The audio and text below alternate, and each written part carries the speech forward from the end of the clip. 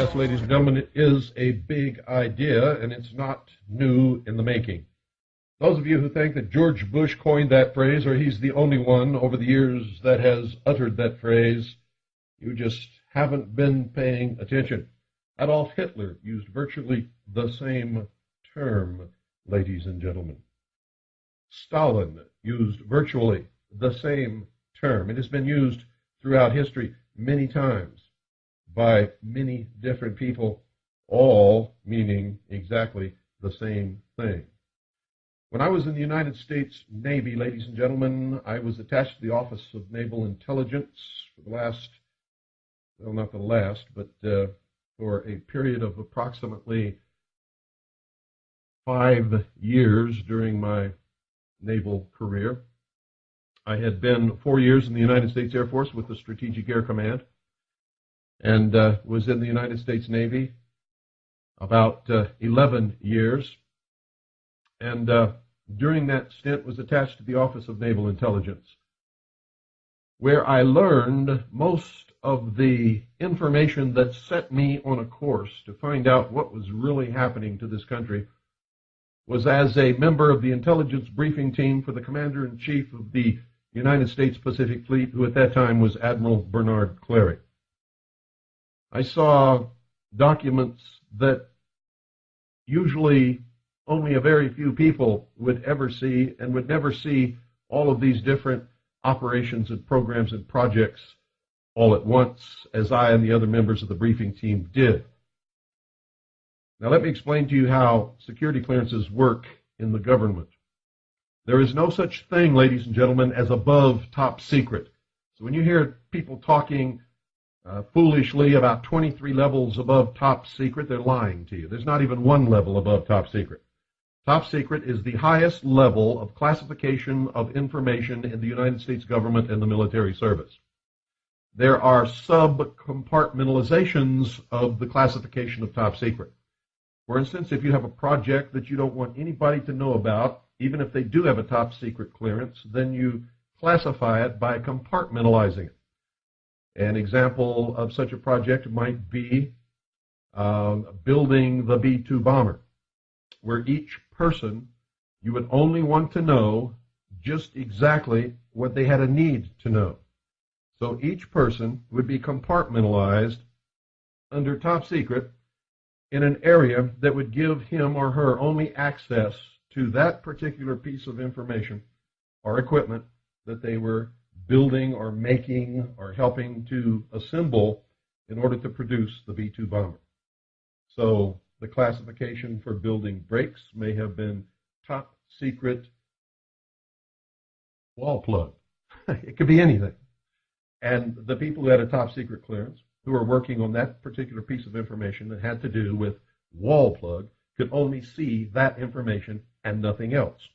Because to be able to see information that had something to do with top secret roof, if you didn't have that roof clearance added to your top secret, you would not be able to see that information. Now, I'm just making these things up to give you some idea of what I'm talking about. While I was on the briefing team of the Commander-in-Chief of the United States Pacific Fleet, I noticed one thing. All of the members of the briefing team and everybody who had anything to do with intelligence were members of at least one or more of the so-called secret societies known to most of us as fraternal organizations. I wondered how I was assigned to the Office of Naval Intelligence until I began to remember how I had filled out my forms to get my security clearance. It came to a page that folded out like some of the computer paper that goes through a printer. It's all attached. You can have 5,000 feet of computer paper if you want to. Well, this was the form that folded out like that, and I forget how many sheets of paper there were included that were attached like this, all folded up, that contained the lists of just about every kind of organization that you can imagine, ladies and gentlemen. And I was supposed to check or indicate any of those organizations that I had ever belonged to in my life. And it cautioned me that if I left out any organization that I had ever been a member of, that I would risk losing or not obtaining my security clearance. Well, the security clearance when you work in the government or in the military is a big thing, folks, and nobody wants to lose their security clearance or be denied a security clearance. It's shameful, as a matter of fact. And so I noticed that one of the organizations I had belonged to in my life, called the Order of the Demolay, or the Demolay Order for Young Men, was not included. So I checked Freemasonry, because the Demolay organization for young men, or teenage boys, as a matter of fact, is the adolescent version of the Masonic Lodge, so to speak.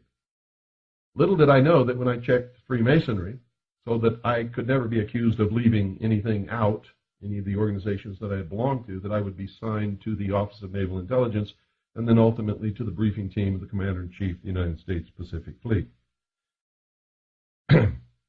And so that's how I got assigned.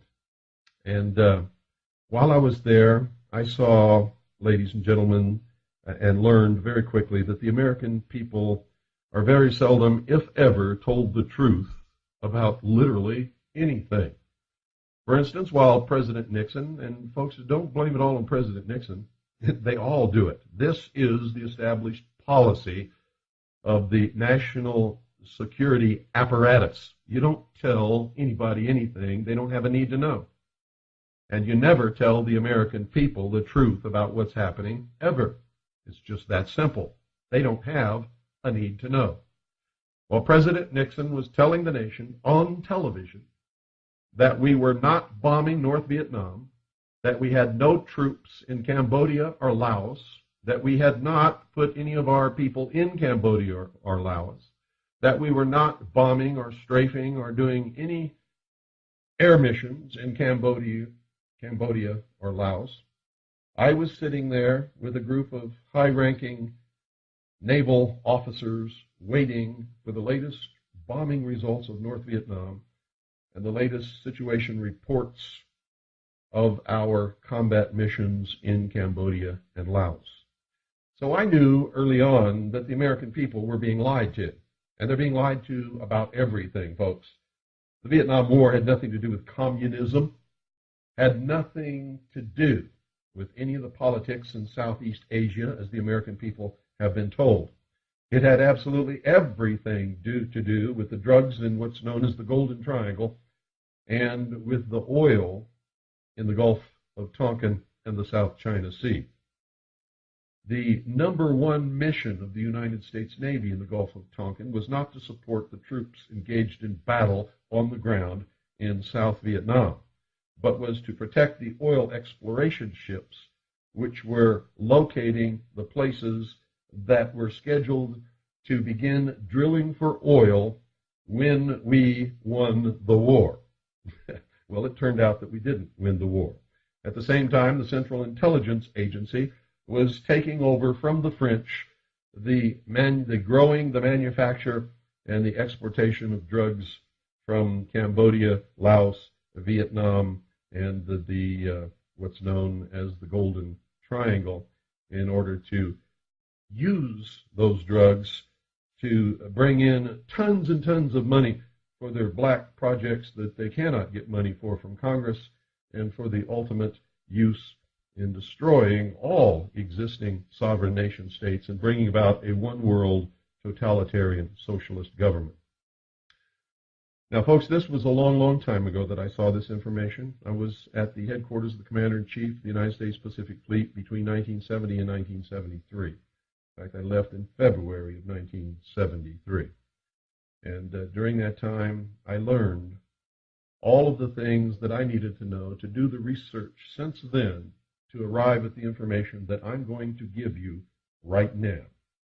And so pay close attention. If I don't finish it today, I will, in fact, continue it tomorrow. And this is what you need to know. For those of you who are going to laugh or scoff and say that you don't believe it, that's fine. I don't care. You do what you want to do with the information, but nobody in this world can ever accuse me of not having given it to you. The plan for the destruction of the United States of America and the formation of a socialist, totalitarian, one-world government under the United Nations is contained, ladies and gentlemen, within a set of top-secret documents with the title Majesty 12, spelled Majestytwelve. And no, ladies and gentlemen, I did not say Majestic 12. I said Majesty 12, spelled out, no space between Majesty and 12. The type, font, is a key to access of this information.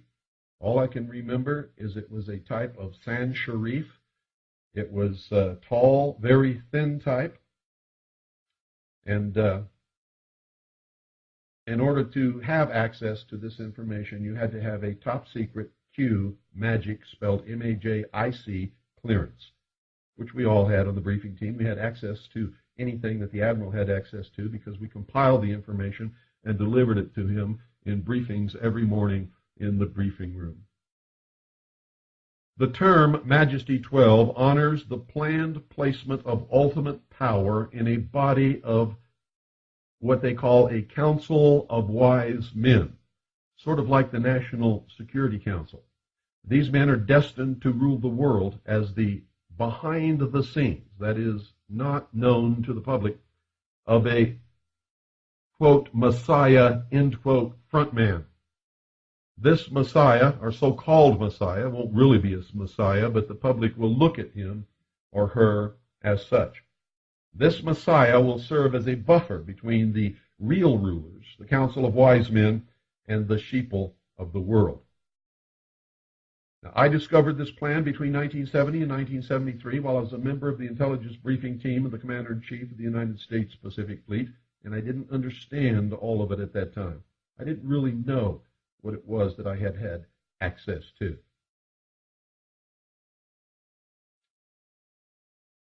The plan, ladies and gentlemen, outlines the formation of a world totalitarian socialist government. It is the policy of the United States government. It is to be ruled by a behind-the-scenes council of wise men. A benevolent dictator who is thought to be a messiah will be perceived as the real head of government. The Constitution of the United States of America and its Bill of Rights will be scrapped. A parliamentary form of government will take its place. All military forces and individuals are to be disarmed except for an internal police force which will carry only the minimum weapons needed to maintain internal order. There will only be one military force. Our military forces at the present time are acting as this force. It will be a world police force under the United Nations in sufficient numbers and with state-of-the-art technology so that it will be able to field overwhelming forces against any perceived threat to the world supra-government. If you doubt this, and if you doubt that it is the avowed policy of the United States government, see State Department publication 7277, which outlines the formation of this world police force. The military of the United States of America is currently filling the requirement. The senior officer corps of all of our military forces have betrayed their oaths of allegiance to the Constitution and have joined the conspiracy. They are in fact traitors, and they are in fact engaged in high treason. The source of this conspiracy, ladies and gentlemen, will be found in the body known as the Illuminati. It is made up of the highest adepts of the combined total of the so-called fraternal orders and secret societies. These people are bound together by blood oaths, a secret religion, and the promise of an elite status within regional government and the world supra-government. To put it in their own words, quote, if you are not one of us, you are nothing, end quote. Their religion is based upon the Kabbalah and the Luciferian philosophy. They are not bound by any oath or allegiance save their own. They are loyal to no government or people save their own, and they are citizens of no country save their already in place secret world government. To understand some sense of feel for the concept and how this is being done right under your very noses, see a movie called They Live.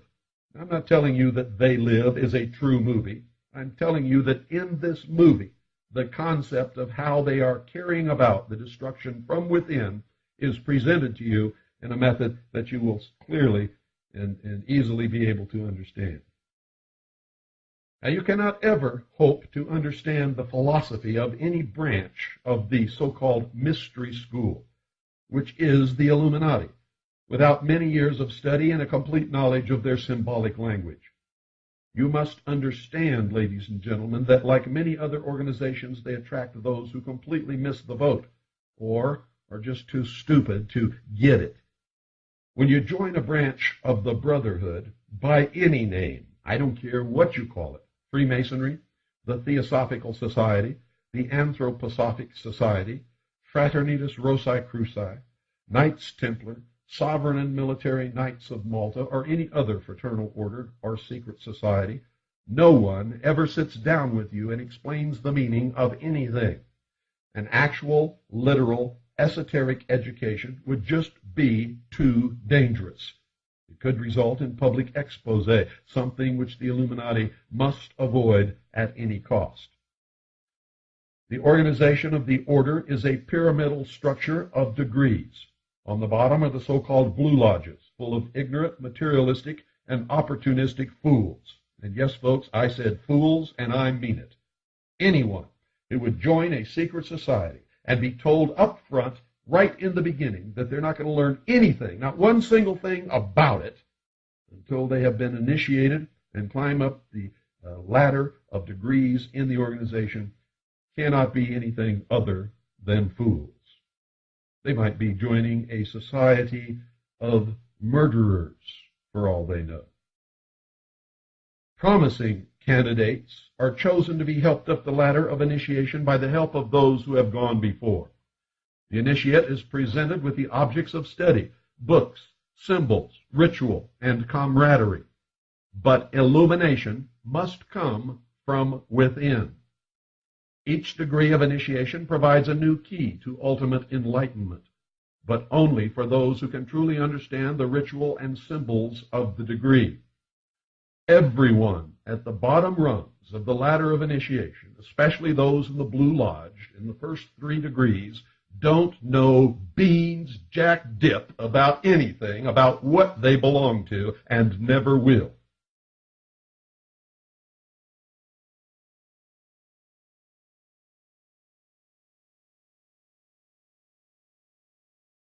Where understanding or the ability to keep the secrets stops, the progress of the candidate stops, and they never ever progress any higher. Only those above the 29th degree have the ability to understand the ultimate secrets and goals of the order. A very promising select few are handpicked for progress beyond the 32nd degree. Those chosen disappear behind the veil and become one of the, quote, 1,000 points of light, end quote, but they are more properly known as the Magi.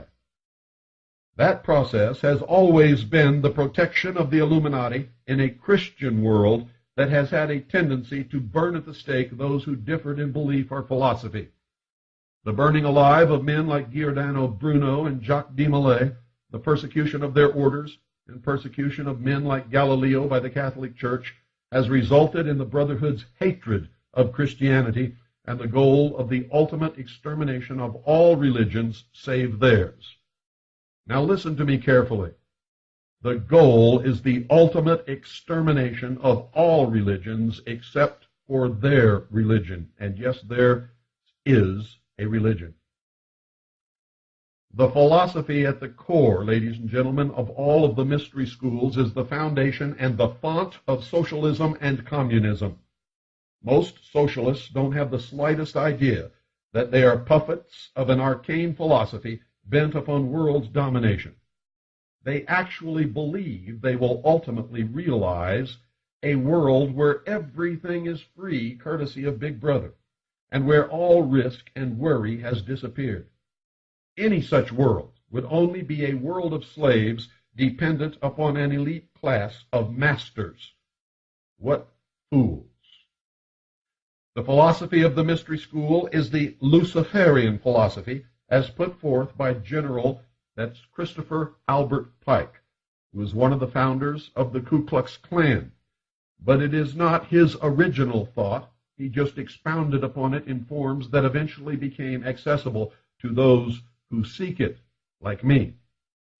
Before you begin blabbering that Albert Pike's name never included Christopher, you had better look up the meaning of that name and further understand that the Christ of the Mysteries has absolutely nothing to do with the Christ of the New Testament, at least not in the manner in which it is interpreted by the Christian church. Christopher literally means Christ-like.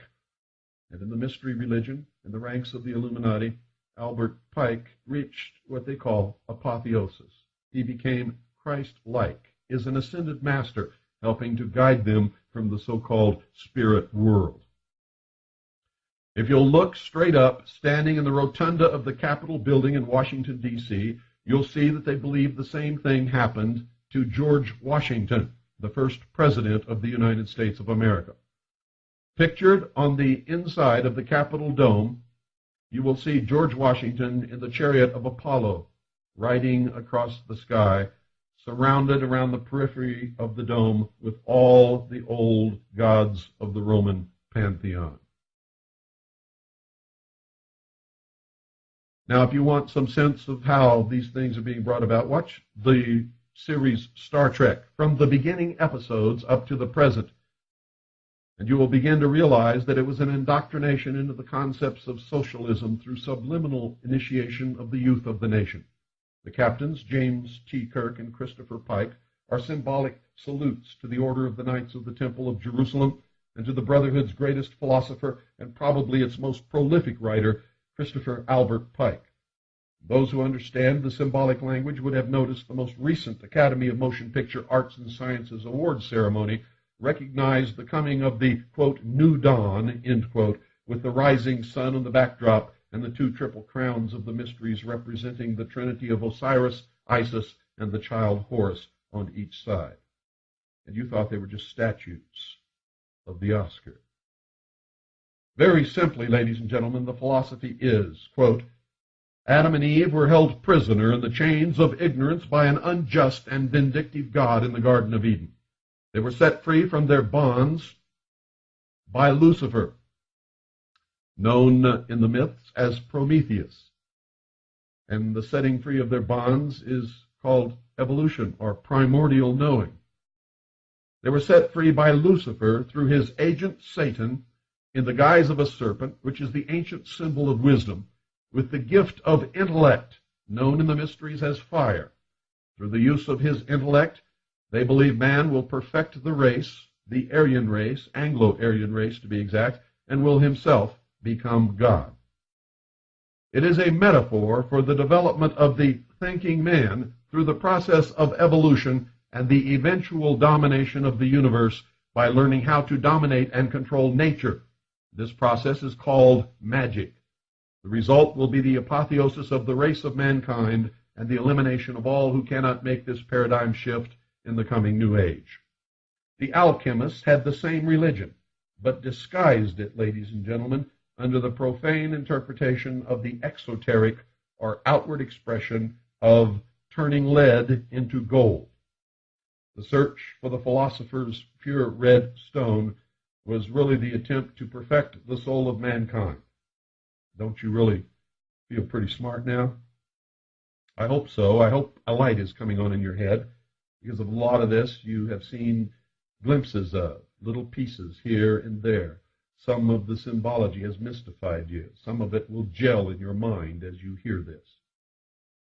Those who are attracted to the mysteries, ladies and gentlemen, who are unable to grasp the esoteric meaning of their education, often take the exoteric meaning to be the truth and turn to Satan or Lucifer as their object of worship, never understanding the metaphor for a much deeper philosophy. The order never objects to this because these Satan worshippers are useful in their own manner. They furnish a diversion and are often a source of large sums of money, although the Brotherhood, folks, has seldom found themselves lacking in fools or funds.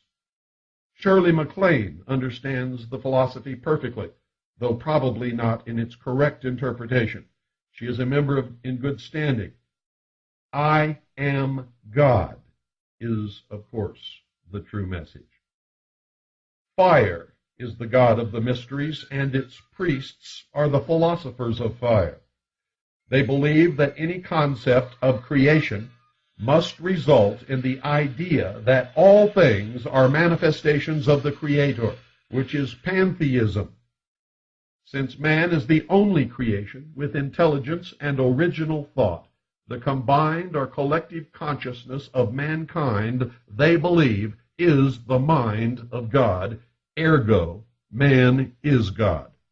And that should enlighten you to the source of some of the more difficult to understand concepts of the so-called New Age movement. Now, ladies and gentlemen, don't get the fool, called by the mysteries the profane, mixed up with the king or the initiate known as Fraternitas Rex Mundi. Those who cannot understand this philosophy through the hidden language of symbology and make the shift in thinking for the coming millennium are doomed to extinction. And the spokespersons for the New Age make absolutely no secret of this fact. It has been published over and over and over again that those who cannot make this so-called paradigm shift will simply be exterminated. Wake up, America, you've been had. And wise up. None of you, and I'll say it again and again, and I don't care how angry you get with me, it is absolutely true, none of you are even remotely as smart as you think you are. This is the age of deception, and the world is balanced upon a razor. One half is scheduled to be exterminated if these people have their way, and the other half is scheduled to be enslaved when the mystical union between the moon, which is Isis or the church, and the sun, which is Osiris or the doctrine, greets the sun, spelled S-O-N, of the morning, which is Horus or the full body of initiates or adepts, on the horizon, which is Horus risen, in the, quote, new dawn, end quote, which is the realization of the New World Order. With that in mind, read the full text of President Clinton's 1997 State of the Union address to Congress. And if a light doesn't flick on in your brain when you read that, you are beyond help. He said, "We are watching the sun set while we prepare our children for the new dawn. We have 1,000 days to complete our work."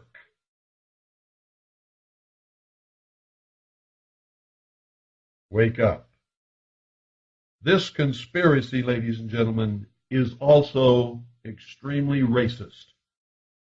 These people consider blacks, Hispanics, and Aboriginal people to be, quote, useless eaters, end quote.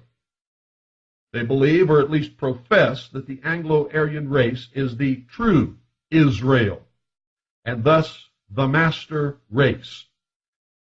Now, in all truth, the leaders of this subversion don't believe any such thing, ladies and gentlemen, but they use this as a tool to manipulate and guide the silly idiots who do. Despite the racism of the Illuminati, they have convinced the useless eaters that they are their friends, benefactors, and protectors. And while destroying these poor people with socialism, they have convinced them that Marx is their savior. And these sheep will follow this Judas goat eagerly, first to be sheared, and then to their re-enslavement and eventual, probably, slaughter. In this world government, there will be no individual rights, only privileges. Privileges can be granted or denied at will by the world super-government. All property is to be owned by the state. There will be a redistribution of wealth in order to eliminate class differences and level the standard of living to a much lower level in the advanced nations, such as the United States of America, and to a higher standard of living in the so-called third world nations. This leveling of the standard of living will be accomplished through a global economic collapse, which right now, regardless of what you see happening in this phony stock market, is in its beginning stages. The economic collapse will fulfill the goal of Marx and Engels' Communist Manifesto, which mandates the elimination of the middle class. The graduated income tax, NAFTA, and GATT, which have caused industry to move into third world nations in order that corporations may exploit cheap labor, are also a part of this process. All county and state governments are to be eliminated and replaced with regional government. And those of you listening who are in county and state and city governments already have felt the pressure to bring this about. These regional governments are, in fact, already in place. Regionalism is gradually taking control throughout America. There will be no more cash money. All trade will be accomplished by a system of computer credits, with accounts accessed through debit cards or computer chip implants, which will also serve as personal identification, driver's license, and etc. The plan, ladies and gentlemen, for the creation of a socialist world government is protected by an invented extraterrestrial threat from space. The entire UFO phenomenon and the so-called ufology, which I call the ufology movement, has been created to further the protection and activation of this plan. Within Majesty 12 is Operation Majority, which justifies the plan by presenting an extraterrestrial threat as the reason for the necessity for world government. Operation Majority is named after the original Bolshevik party which sparked the Russian Revolution. Bolshevik literally means the majority. The plan states that if the American people are ever told of this extraterrestrial presence, these aliens will destroy the United States of America. Now, folks, all who have access to this plan, who are or who inadvertently discover the plan, are silenced by that warning. And when I first saw it, I believed it for over 16 years before I began to produce research that told me that this was all the biggest hoax in the history of the world to create a phony artificial threat to this earth. The report from Iron Mountain confirmed it. Statements made in 1917 by John Dewey, that's 1917, ladies and gentlemen, by John Dewey, in a speech he made in New York, also confirmed it. In my study of the broadcast on CBS, which was owned and created by William Paley, who, ladies and gentlemen, has always been an operative of the intelligence community of the United States of America, confirmed it. A further safeguard ensures that anyone who links the so-called alien threat with the coming world government will be ridiculed and discredited by the press. When I saw this plan while I was in the Navy, I believed it. It was not until I had performed many years of research that I was able to fully understand exactly what it was that I had seen. It was extremely difficult, at best, for me to believe that my government and the Navy had used me in the manner in which they had, especially since I had dedicated my life to government and military service. Now, ladies and gentlemen, this plan is real. The extraterrestrial threat is artificial. The alien threat, or so-called alien threat, is presented as real through the use of secret technology which was originally developed by the Germans in their secret weapons programs during World War II, by geniuses like Nikola Tesla and many others. Most military and government personnel who have access to this material believe sincerely that the extraterrestrial threat is real. They, like I, could not and will not probably understand how they are being manipulated and lied to. It took me many years to understand it. None of them, and I can say this absolutely with no hesitation whatsoever, not one single one of them has ever seen any evidence of the existence of any extraterrestrial creature or any advanced technology other than that of human origin.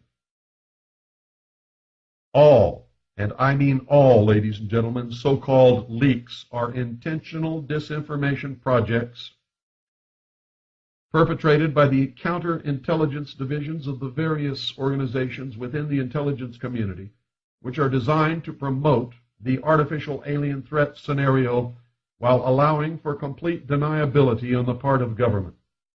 The antics of Vicky Cooper, no relation, now Vicky Cooper Ecker, Donald Francis Ecker III, William Moore, Jamie Chandere, Stanton T. Friedman, Bud Hopkins, John Lear, Linda Moulton Howe, Art Bell, George Knapp, Colonel Philip Corso, the so-called alien autopsy film, which is a fake, fraud, hoax, NASA, the Mars meteorite, supposedly containing fossil evidence of life on Mars, and many other people and events are projects of this type. The plan, ladies and gentlemen, to create an artificial extraterrestrial threat to the Earth was first mentioned by John Dewey in New York during 1917 in a speech to the visiting Japanese imperial delegation headed by Viscount Ishii. The premise was tested for credibility with the CBS presentation of The War of the Worlds by Orson Welles and the Mercury Theater on October the 30th, 1938. The public believed that this broadcast was a real news event. Many people jumped out of windows. In Grover's Mill, New Jersey, farmers and residents ran out of their homes and, forgetting who they were and where they were, shot their own water tower to shreds, believing that it was one of these alien tripod death machines. The public believed that what they heard was real, and thus it set the stage for the implementation of an alien threat scenario. The only problem was that the state-of-the-art of technology at that time did not allow for a believable presentation. The development of saucer-shaped wingless and tailless flying machines by the Germans during World War II and by the United States, Great Britain, Canada, and most probably Australia after World War II solved the problem. Now, we recently came into possession of a document that was released to us through the Freedom of Information Act from the Central Intelligence Agency. And here's what the document says. Memorandum to Director, Psychological Strategy Board, Subject Flying Saucers. 1. I am today transmitting to the National Security Council a proposal, tab A, in which it is concluded that the problems connected with unidentified flying objects appear to have implications for psychological warfare as well as for intelligence and operations. 2. The background for this view is presented in some detail in tab B. 3. I suggest that we discuss at an early board meeting the possible offensive or defensive utilization of these phenomena for psychological warfare purposes. Signed, Walter B. Smith, known as General Walter Bedell Smith, who at that time was the director of the Central Intelligence Agency. Ladies and gentlemen, you cannot use something for psychological warfare or for intelligence and operations. You cannot use them for defensive utilization or for psychological warfare purposes unless you are the ones who have complete and total control over these objects. After World War II, the announcement of the Jewish Holocaust, the proposal of a world government which would prevent future wars and genocide by the formation of the United Nations in 1945, and the announcement of sightings of flying saucers by Kenneth Arnold, my tongue is getting a little tied here, folks, by Kenneth Arnold, an ex-intelligence officer in 1947, launched this deception. And since then, by the way, every single person connected with UFOs has been a member of some branch of the intelligence community. The natural guilt harbored by the men of the 509th Atomic Bomb Wing after the bombing of Hiroshima and Nagasaki made them eager conspirators in orchestrating the faked crash of an extraterrestrial craft and discovery of shaved and surgically altered monkeys near Roswell, New Mexico. The artificial extraterrestrial threat was thus implanted in the public consciousness. We also have in our possession another recently released document, this one from the Federal Bureau of Investigation, that literally tells the truth about Roswell, New Mexico. It's from the FBI office in Dallas to the director and senior agent in charge in Cincinnati. That's the director of the FBI and the senior agent in charge in Cincinnati. Urgent. Flying disc information concerning, and that's blacked out, Headquarters, 8th Air Force, telephonically advised this office that an object purporting to be a flying disc was recovered near Roswell, New Mexico this date. The disc is hexagonal in shape and was suspended from a balloon by cable, which balloon was approximately 20 feet in diameter. There are several words blacked out.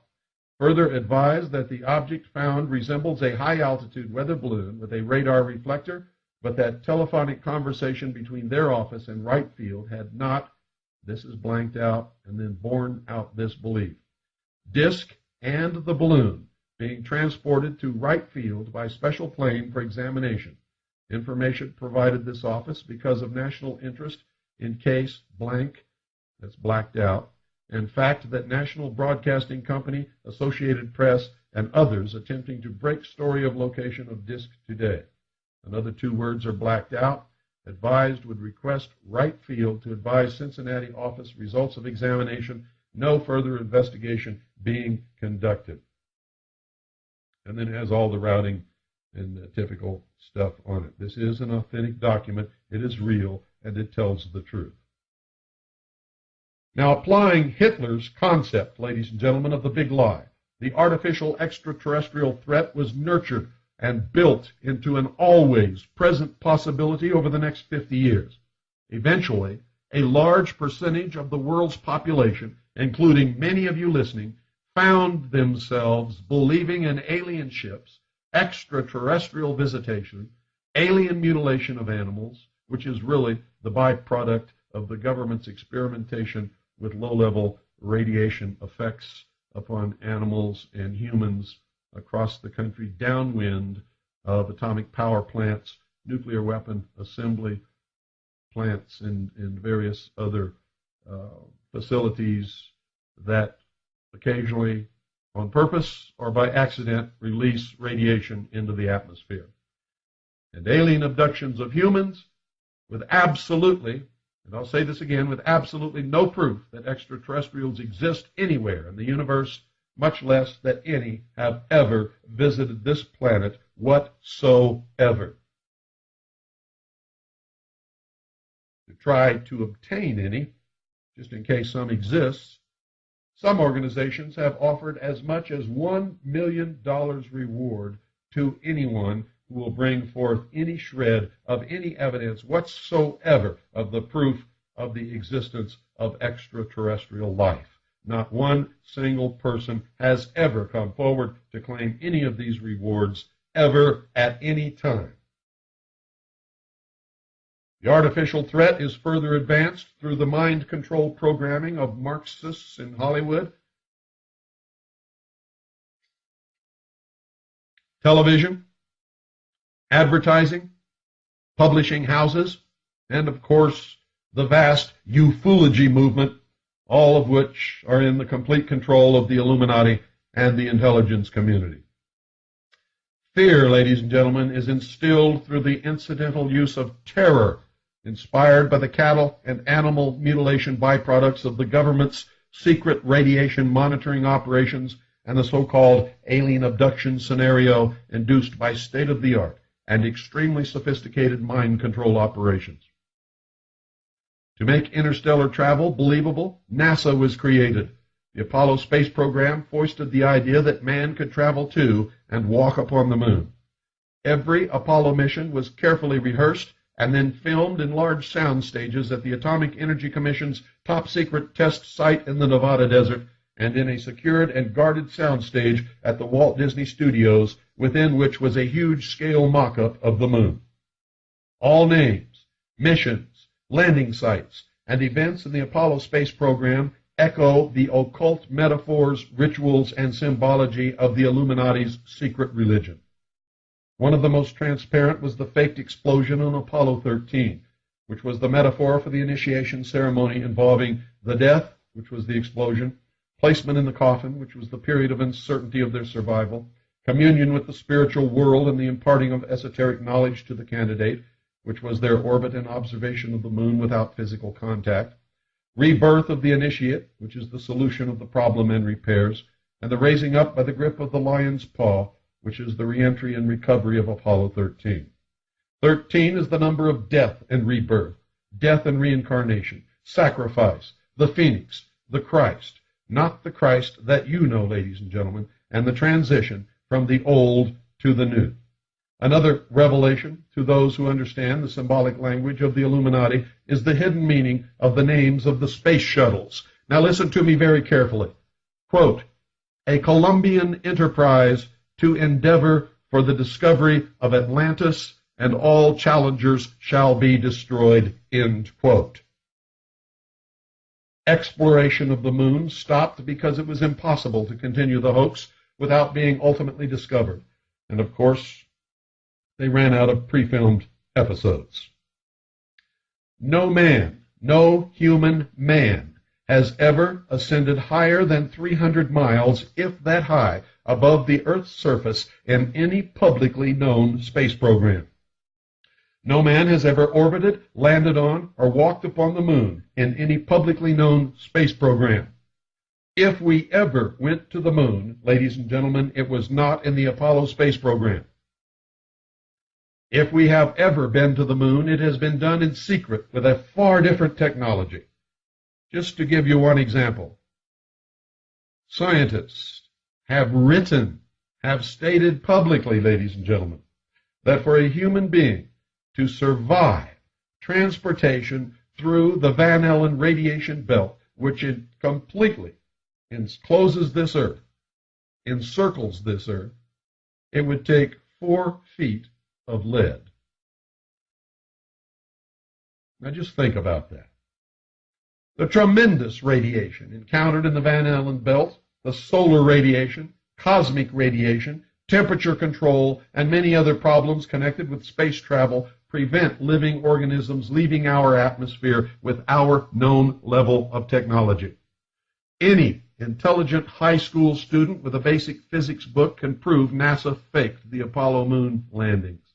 Any photographer who is even remotely worth his salt can prove that almost all of the photographs presented to us as being taken in space or on the moon by the Apollo space program are fraud, are fake, are phony. All of them were made with studio lighting in specially prepared buildings and mock-ups of the lunar surface. Now, if you doubt this, please explain, ladies and gentlemen, how the astronauts walked upon the moon's surface enclosed in a spacesuit in full sunlight, absorbing a minimum of 265 degrees of heat, surrounded by a vacuum. NASA tells us the moon has no atmosphere and that the astronauts were surrounded by the vacuum of space. Heat is defined as the vibration or movement of molecules within matter. The faster the molecular motion, the higher the temperature. The slower the molecular motion, the colder the temperature. Absolute zero is that point where all molecular motion ceases. In order to have hot or cold, molecules must be present. A vacuum is a condition of nothingness where there are no molecules. There is no hot and no cold in a vacuum. Vacuums exist, however, in degrees. Some scientists tell us that there is no such thing as an absolute vacuum, but that space is the closest thing to an absolute vacuum that is known to man. There are so few molecules present in most areas of what we know as space that any concept of hot or cold is absolutely impossible to measure and, in fact, for all intents and purposes, does not exist. A vacuum is a perfect insulator. That, ladies and gentlemen, is why a thermos bottle or a vacuum bottle is used to store hot or cold liquids in order to maintain the temperature for the longest time possible without reheating or recooling. You see, space is not cold. Space insulates whatever is in space and tends to keep it at whatever temperature it is for the longest period of time possible. Radiation of all types will travel through a vacuum, but will not affect the vacuum. Radiant heat from the sun travels through the vacuum of space, but does not warm space. In fact, the radiant heat of the sun has no effect whatsoever until it strikes matter. Molecular movement will increase in direct proportion to the radiant energy which is absorbed by matter. The time it takes to heat matter exposed to direct sunlight in space is determined by its color, its elemental properties, its distance from the sun, and its rate of absorption of radiant heat energy. And at this point, we're going to have to call it a day. And I will continue right here where I left off tomorrow. That is, if I'm still here to do it, ladies and gentlemen. I hope you're listening closely, and I hope you're taking notes, because I'm going to blow the lid off of this crap.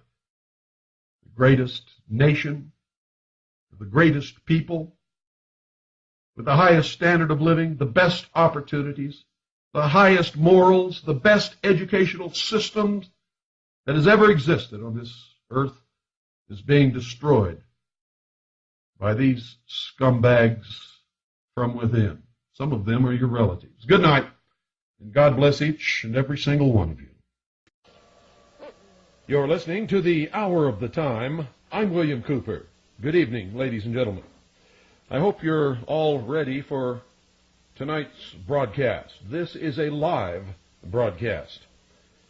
And we're going to talk about documents that I saw while I was with the Office of Naval Intelligence, specifically on the intelligence briefing team of the United States Commander-in-Chief of the Pacific Fleet, who at that time was Admiral Bernard Clarey. These documents outlined the coming formation of a one-world socialist government.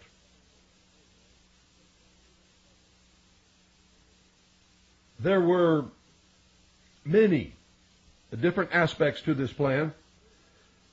One called for the ultimate unification of all religions into one, or to put it another way, the destruction of all existing religions, save the religion of the group that is bringing about what is known to most of us as the New World Order. It is, in fact, and it was revealed by this plan, that they are the sum total of the highest adepts of all of the secret societies and so-called fraternal orders, which as one body make up the mystery schools, or the ancient mystery religion of Babylon.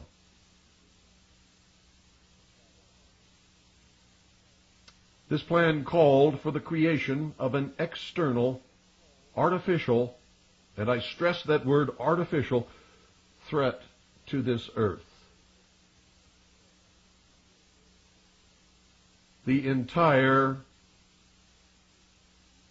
ufology movement, ladies and gentlemen, is a creation meant to bring that about. Don't go away. I'll be back in just a couple of minutes, and we will continue. Yes, ladies and gentlemen, there is a plan to bring about a new world order, and a lot of the things that you see happening in the world today are a direct result of action taken to complete that plan.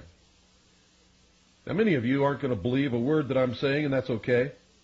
You will find out eventually, I can assure you. And just as a little aside here, over the years that I've been warning people about this and teaching people the truth about what's really going on, I have made probably 200 or 300 predictions. I've only been wrong once. All of my predictions have come true, ladies and gentlemen, except for one, and that was my prediction that Manuel Noriega would not be tried in an American court nor serve any time in an American prison, because it was against the law of nations for somebody like the United States to arbitrarily decide to arrest the leader of a foreign country.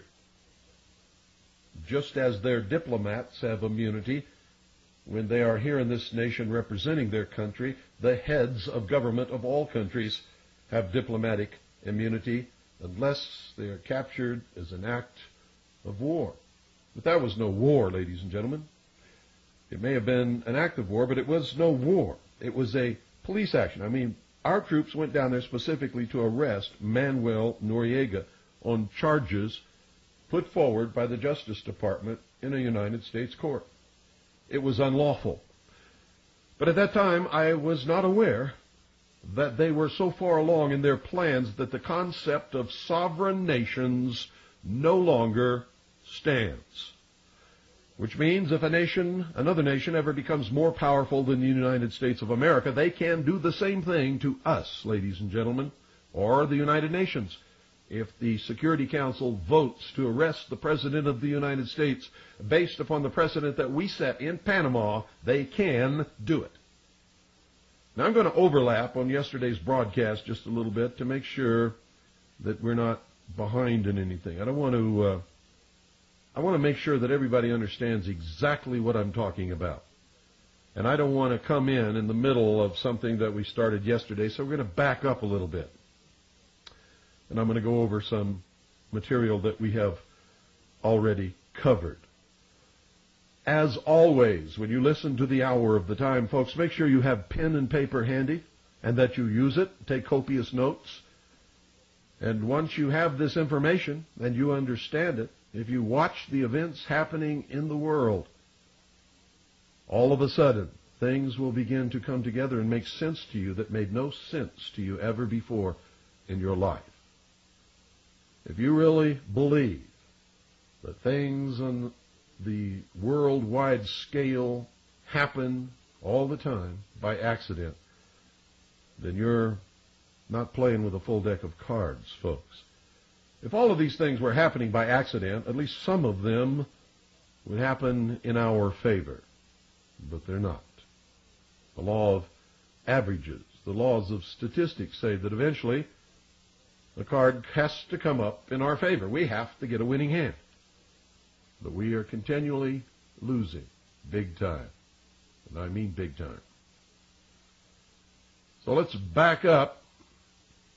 Remember, I talked yesterday about the creation of an artificial alien threat to this earth to facilitate the destruction of sovereign nations, the coming together as one humanity under a one world government, with all people willing to make whatever sacrifices are called upon them to make, such as giving up all your liberties and freedoms and anything else they may ask you to do, in order to oppose this external threat.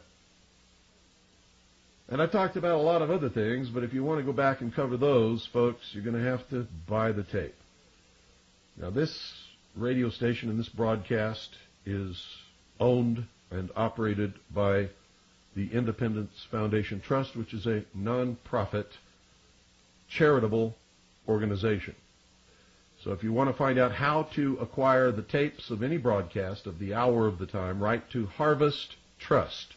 That's Harvest Trust. P.O. Box 2470, Pine Top, Arizona 85935. That's Harvest Trust, P.O. Box 2470, Pine Top, Arizona 85935. Or you can call 520-333-4578. We now continue with today's broadcast. In order to make interstellar travel believable, which nobody was buying, nobody understanding the vast distances in space could even remotely conceive that somebody from some other star could make the journey from their planet to here. Not only that, but nobody could understand how they could find this planet or even want to come here, given the billions and billions of choices that there are in the universe. So in order to make this believable, which absolutely had to occur for this scam to be swallowed by the people of the world, NASA, the National Aeronautic and Space Administration, was created. The Apollo space program, ladies and gentlemen, foisted the idea that man could travel to and walk upon the moon.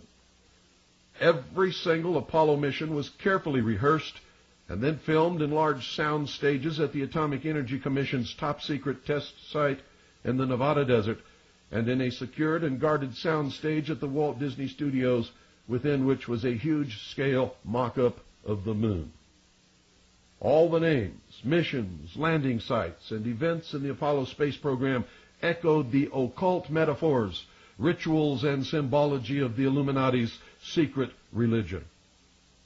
One of the most transparent, not the most, but one of the most transparent, was the faked explosion on Apollo 13, which was the metaphor for the initiation ceremony involving the death, which was the explosion, placement in the coffin, which was the period of uncertainty of their survival, communion with the spiritual world in the imparting of esoteric knowledge to the candidate, which was the orbit and observation of the moon without physical contact, rebirth of the initiate, which was the solution of the problem and repairs, and the raising up by the grip of the lion's paw, which was the re-entry and recovery of Apollo 13. 13, ladies and gentlemen, is no coincidence. It is the number of death and rebirth, death and reincarnation, sacrifice, the phoenix, the Christ, but not the Christ that you know if you are a Christian, and the transition from the old to the new. Another revelation to those who understand the symbolic language of the Illuminati is the hidden meaning of the names of the space shuttles. Listen to this very carefully. I assume that you all know the names of the space shuttles. If you don't, they are all included in this sentence. Quote, a Colombian enterprise to endeavor for the discovery of Atlantis, and all challengers shall be destroyed, end quote. Exploration of the moon, ladies and gentlemen, stopped because it was impossible to continue the hoax without being ultimately discovered. They were pressing their luck as it was. And of course they ran out of pre-filmed episodes. No man, ladies and gentlemen, listen to me very carefully, no man has ever ascended higher than 300 miles, if indeed any have ever ascended that high above the Earth's surface. No man has ever orbited, landed on, or walked upon the moon in any publicly known space program.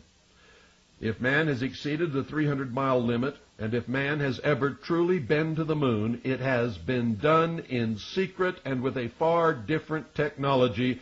It was not done in the Apollo space program. And any high school student with a basic physics book can prove it. The tremendous radiation encountered in the Van Allen belt, a belt surrounding the Earth, ladies and gentlemen, of such intense radiation that before this information became embarrassing, scientists stated unequivocally that for a man to get through the Van Allen belt without frying in this radiation, he would need a 4-foot-thick lead shield. But that's not all. In space, there is solar radiation. You see, standing on the surface of the Earth or anywhere within our atmosphere, even a thin atmosphere, we are protected from the solar radiation and from the tremendous increase above the normal solar radiation that is created by solar flares and flung throughout the universe. Most of them are unpredictable, cannot be predicted. There is no such thing as saying we're going to send a man from the Earth to the moon during this period of time because we know there's not going to be any solar flares or solar storms, and thus they'll be safe from radiation. Cannot be done. On top of that, there's cosmic radiation. On top of that, there is a tremendous problem with temperature control and many other problems connected with space travel, which prevent living organisms leaving our atmosphere with our known level of technology. As I said, any intelligent high school student with a basic physics book can prove NASA faked the Apollo moon landings. Now, if you doubt this, ladies and gentlemen, please explain how the astronauts walked upon the moon's surface enclosed in a spacesuit in full sunlight, absorbing a minimum of 265 degrees of heat surrounded by a vacuum. 265 degrees, ladies and gentlemen, is 55 degrees above the boiling point of water. Now, it would take one hell of an air conditioning system to keep them cool. NASA tells us the moon has no atmosphere and that the astronauts were surrounded by the vacuum of space. Well, if that's true, ladies and gentlemen, heat is defined as the vibration or movement. Heat is defined, ladies and gentlemen, as the vibration or movement of molecules within matter. The faster the molecular motion, the higher the temperature. The slower the molecular motion, the colder the temperature. Absolute zero is that point where all molecular motion ceases. In order to have hot or cold, ladies and gentlemen, molecules must be present. NASA tells us that space is absolute zero, that it is colder than any cold that any person has ever experienced, because absolute zero is like 200 and something degrees below the zero that you know about. Do you understand what I'm telling you? That is a lie. NASA has intentionally lied to us all of these years. Space is a vacuum.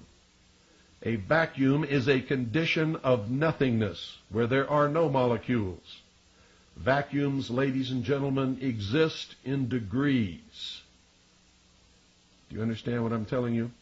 Some scientists tell us that there is no such thing as an absolute vacuum. But space is the closest thing to an absolute vacuum that has ever been known to us.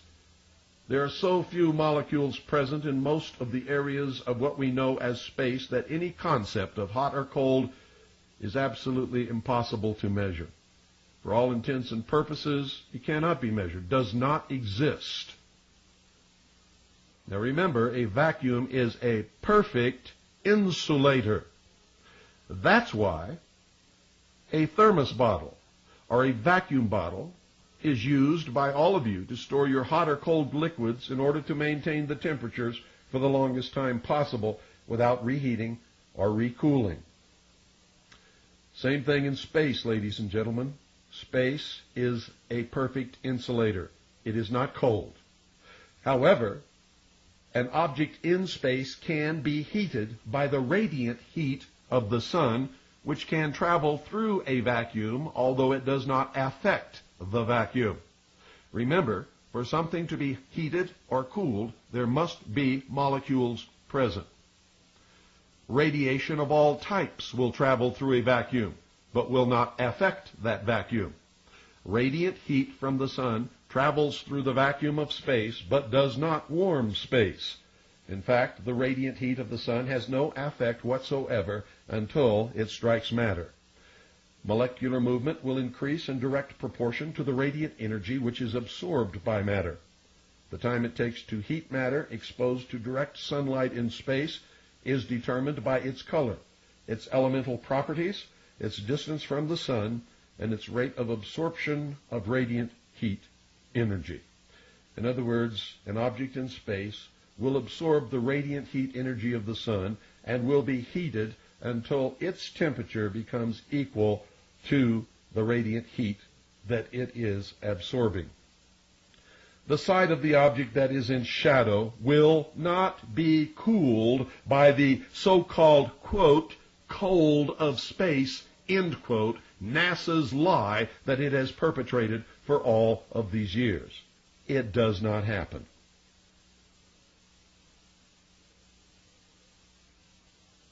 Heat will spread through any object, through contact of molecule against molecule, until the heat of the object all over the object has become equal, ladies and gentlemen.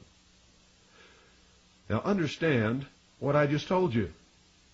Objects which are heated cannot be cooled by space.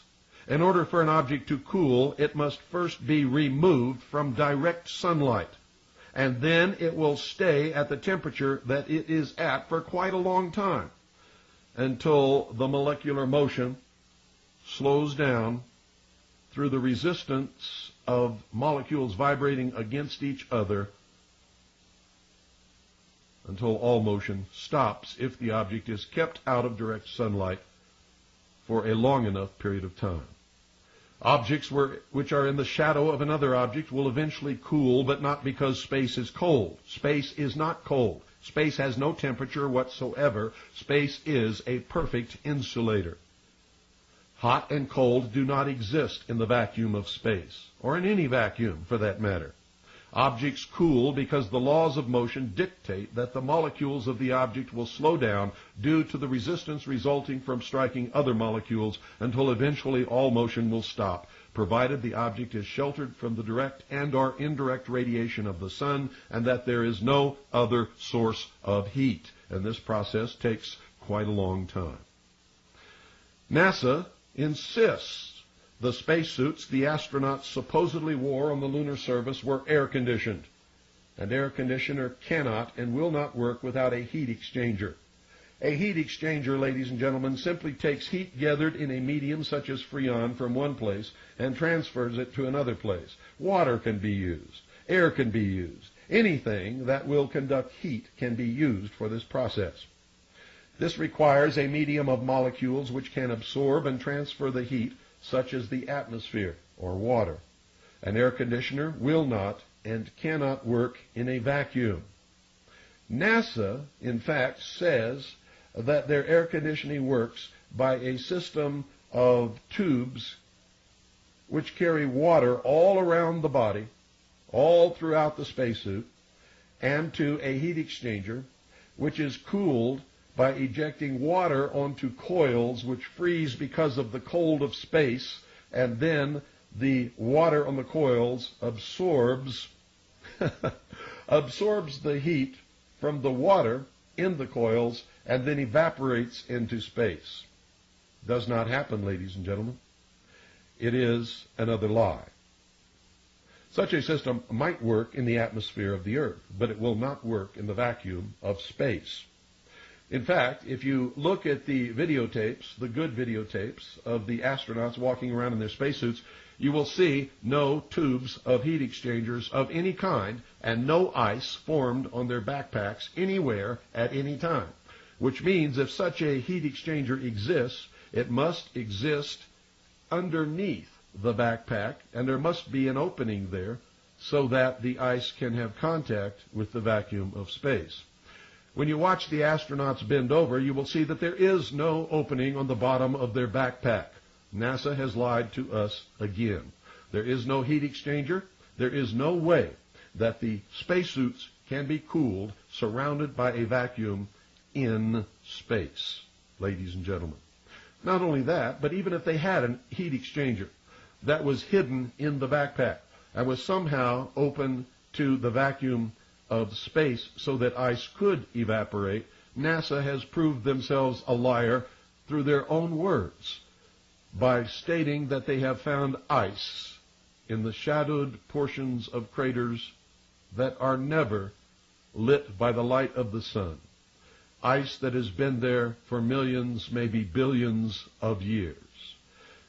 So NASA themselves have told us that ice will not evaporate into the vacuum of space. NASA has lied once again. An air conditioner will not and cannot work in a vacuum. A spacesuit surrounded by a vacuum cannot transfer heat from the inside of the suit to any other place. The vacuum, remember, is a perfect insulator.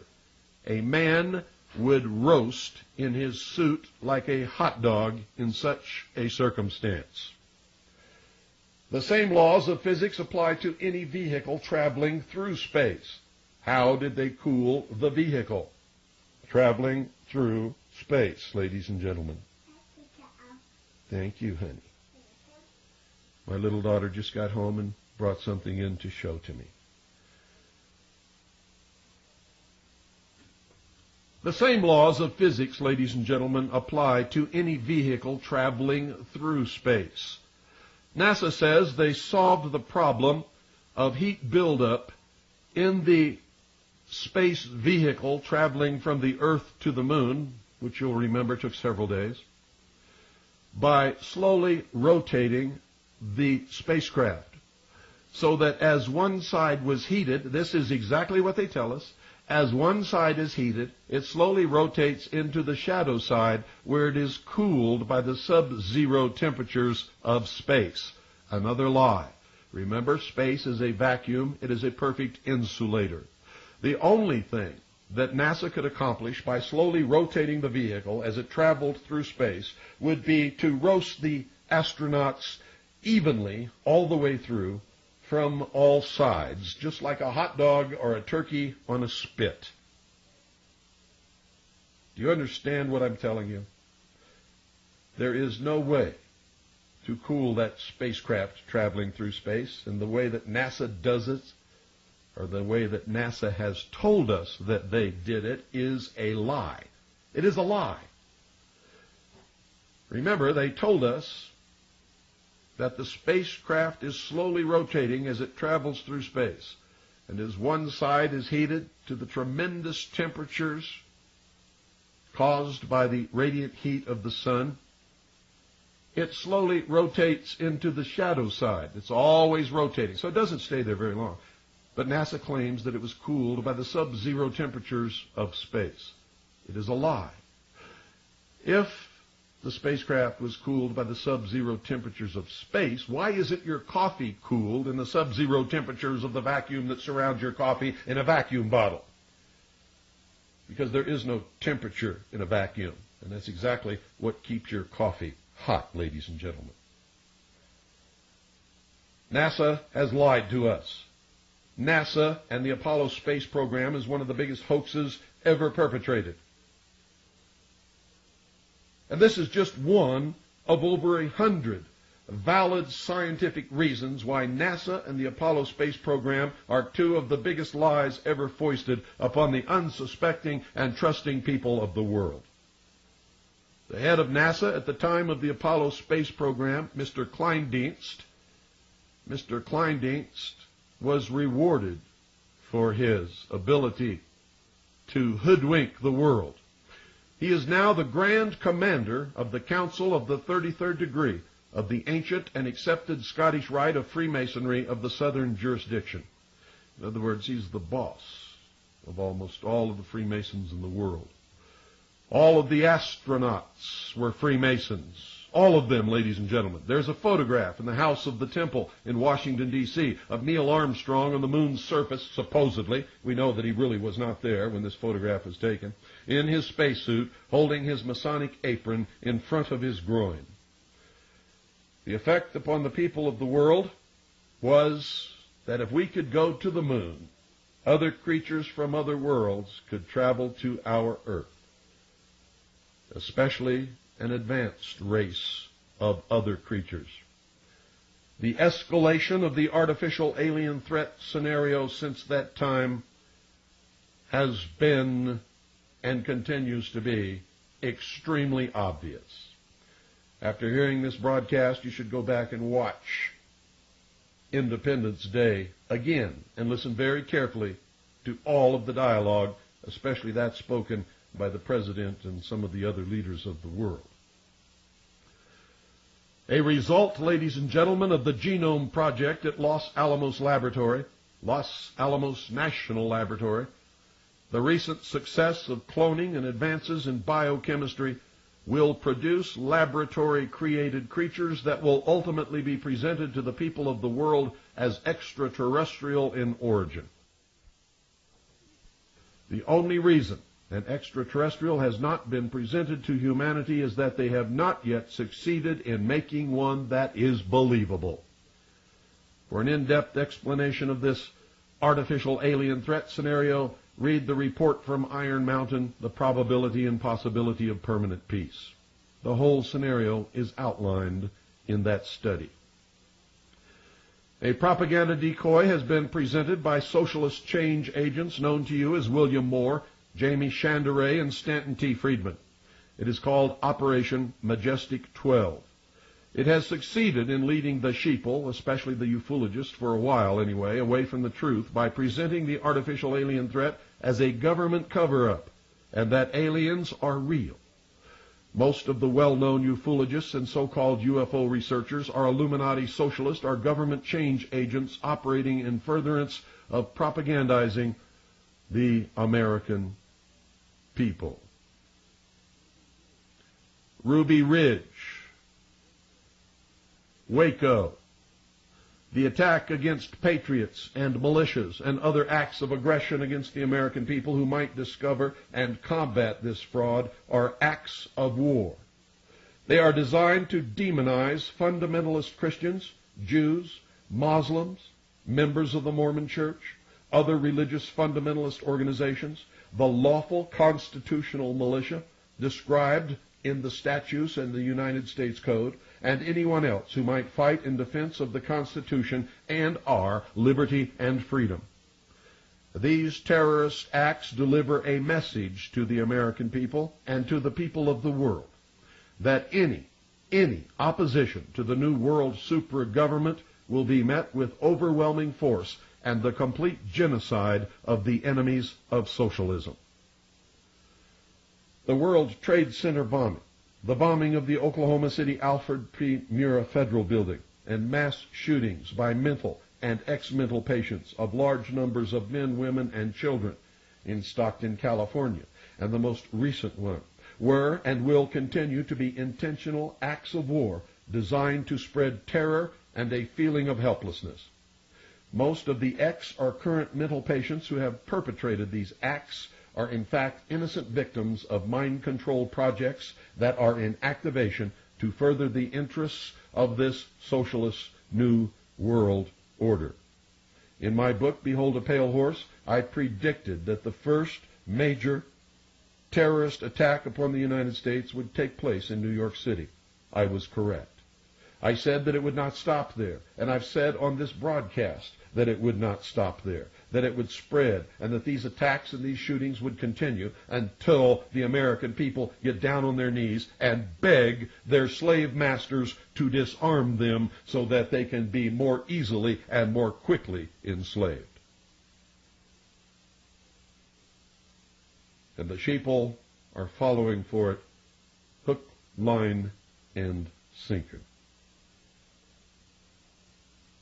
In fact, ladies and gentlemen, and it is a fact, the FBI, the Federal Bureau of Investigation, orchestrated the attack upon the World Trade Center, teaching the terrorists how to drive the van.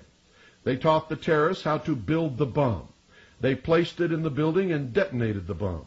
One of the Federal Bureau of Investigation informants attempted to secure permission from the FBI to substitute inert ingredients for the bomb so that no one would be injured. But the Federal Bureau of Investigation agent in charge denied the request. The informant tape recorded every single one of his conversations. That's right, it is a combination. He recorded all of his conversations with the FBI, and a full transcript of the tapes were printed in the New York Times. The judge refused to allow the tapes to be presented in court in defense of the FBI informant. Confederate would be a much better word. The attack on the Alfred P. Murrah Federal Building was designed to affect the heartland. It was designed, ladies and gentlemen, to affect the heartland so that no one in the nation will feel safe.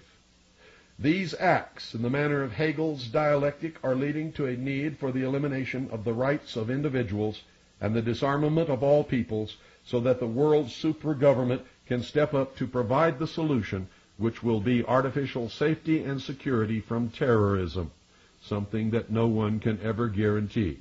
But the sheeple will believe it. Thesis against antithesis equals synthesis. The Omnibus Counterterrorism Act, which followed, gave the President the power to arrest, imprison, and or deport any political opposition without trial, without habeas corpus, and without explanation of any kind. It in fact gave him the power to name any group a terrorist group, thus setting the stage for the arrest, detention, imprisonment without benefit of habeas corpus, without benefit of any kind of trial, with a possible result of deportation to a foreign country, and without explanation to anybody, by anybody. And I'm here to tell you, if these acts of terror do not succeed, there will be more bombings. There will be chemical or biological attacks. They will escalate in the destruction, maiming, and killing of men, women, and especially children. As a last resort, if all else fails, the Illuminati are prepared, and I'm going to tell you this again so that you understand it, as a last resort. if all else fails, believing completely that the ends justify the means, the Illuminati are prepared to detonate an atomic weapon in a large American city such as New York, Chicago, or Los Angeles. A war may be promulgated in the Middle East in order to provide the excuse needed to explain terrorist attacks upon the United States of America to the American sheeple in order that they will accept personal disarmament in the interest of peace and security. Now listen to this closely, and if you don't believe it, you check it, because all the documentation is in the public domain. Most of it has already been admitted by the United States government and has been published in the major newspapers of the nation. Saddam Hussein was trained by the Central Intelligence Agency. Saddam Hussein was put in power in Iraq by the Central Intelligence Agency under George Herbert Walker Bush, who later became the President of the United States of America, and led the United States in a war called Desert Storm against Saddam Hussein and Iraq, making sure that no harm came to Saddam Hussein. The United States armed Iraq and gave Saddam Hussein the technology and scientific knowledge to create weapons of mass destruction. Saddam Hussein functions as the big boogeyman of the world, or the Antichrist, if you will, and the stage was set in a film narrated by the same man who on the Mercury Theater presented The War of the Worlds in 1938, called The Late Great Planet Earth, in which an Antichrist was presented as a man from the Muslim world. Incredibly, ladies and gentlemen, in this film, he looks exactly like Saddam Hussein. Saddam Hussein functions as the Antichrist, or the big boogeyman of the world, so that the United Nations can cement its authority over the so-called sovereign nations, which, by the way, are not sovereign anymore. And that is why Saddam Hussein was not killed during the Gulf War, and that's why he won't be killed in any future Gulf War. His purpose is to function as an Antichrist to create terror in the minds of the sheeple of the world. The answer, of course, will be the destruction of national sovereignty worldwide, the establishment of a one-world socialist government under the United Nations, disarmament of all nations, and the establishment of a world police force. The terrorist attacks, ladies and gentlemen, which will be launched in the United States will be blamed upon Middle Eastern religious fanatics, Christian fundamentalists, white supremacists, patriots, or militias. A more immediate result of these operations will be the increased use of military forces, weaponry, and equipment such as tanks and armored personnel carriers in civilian law enforcement. The suspension or elimination of habeas corpus, the elimination of jury trials, and the institution of martial law with show trials conducted by a tribunal of judges. When you continue to hear this constitutional republic referred to as a democracy, you must remember that V.I. Lenin, the founder of the Soviet Union, said, quote, "Democracy is indispensable to socialism," end quote. When you hear our military referred to as UN peacekeepers, remember that both Karl Marx and Lenin defined peace as, quote, "the elimination of all opposition to socialism," end quote. When you wonder where all this is taking us, remember that both Marx and Lenin stated that, quote, "the ultimate goal of socialism is communism," end quote. And if you think communism is dead, read Gorbachev's book, Perestroika, and he will tell you quite the opposite. And if you think the fall of the Soviet Union was the end of communism, read Golitsyn. And believe me when I tell you that the highest-ranking communist mole in the Central Intelligence Agency was James Jesus Angleton. The Turner Diaries, ladies and gentlemen, were actually written by the Central Intelligence Agency prior to 1972. The concept of leaderless resistance was promulgated to enable easy destruction of any resistance to the world super-government. Small, scattered units without a concerted tactical plan and a solid, reliable command structure will be defeated in a very short period of time. No such movement could ever effect the necessary political control to restore order and reinstitute government of any kind, even if they managed to win the war. Now let me say that again so that it sinks through some of the thick heads out there.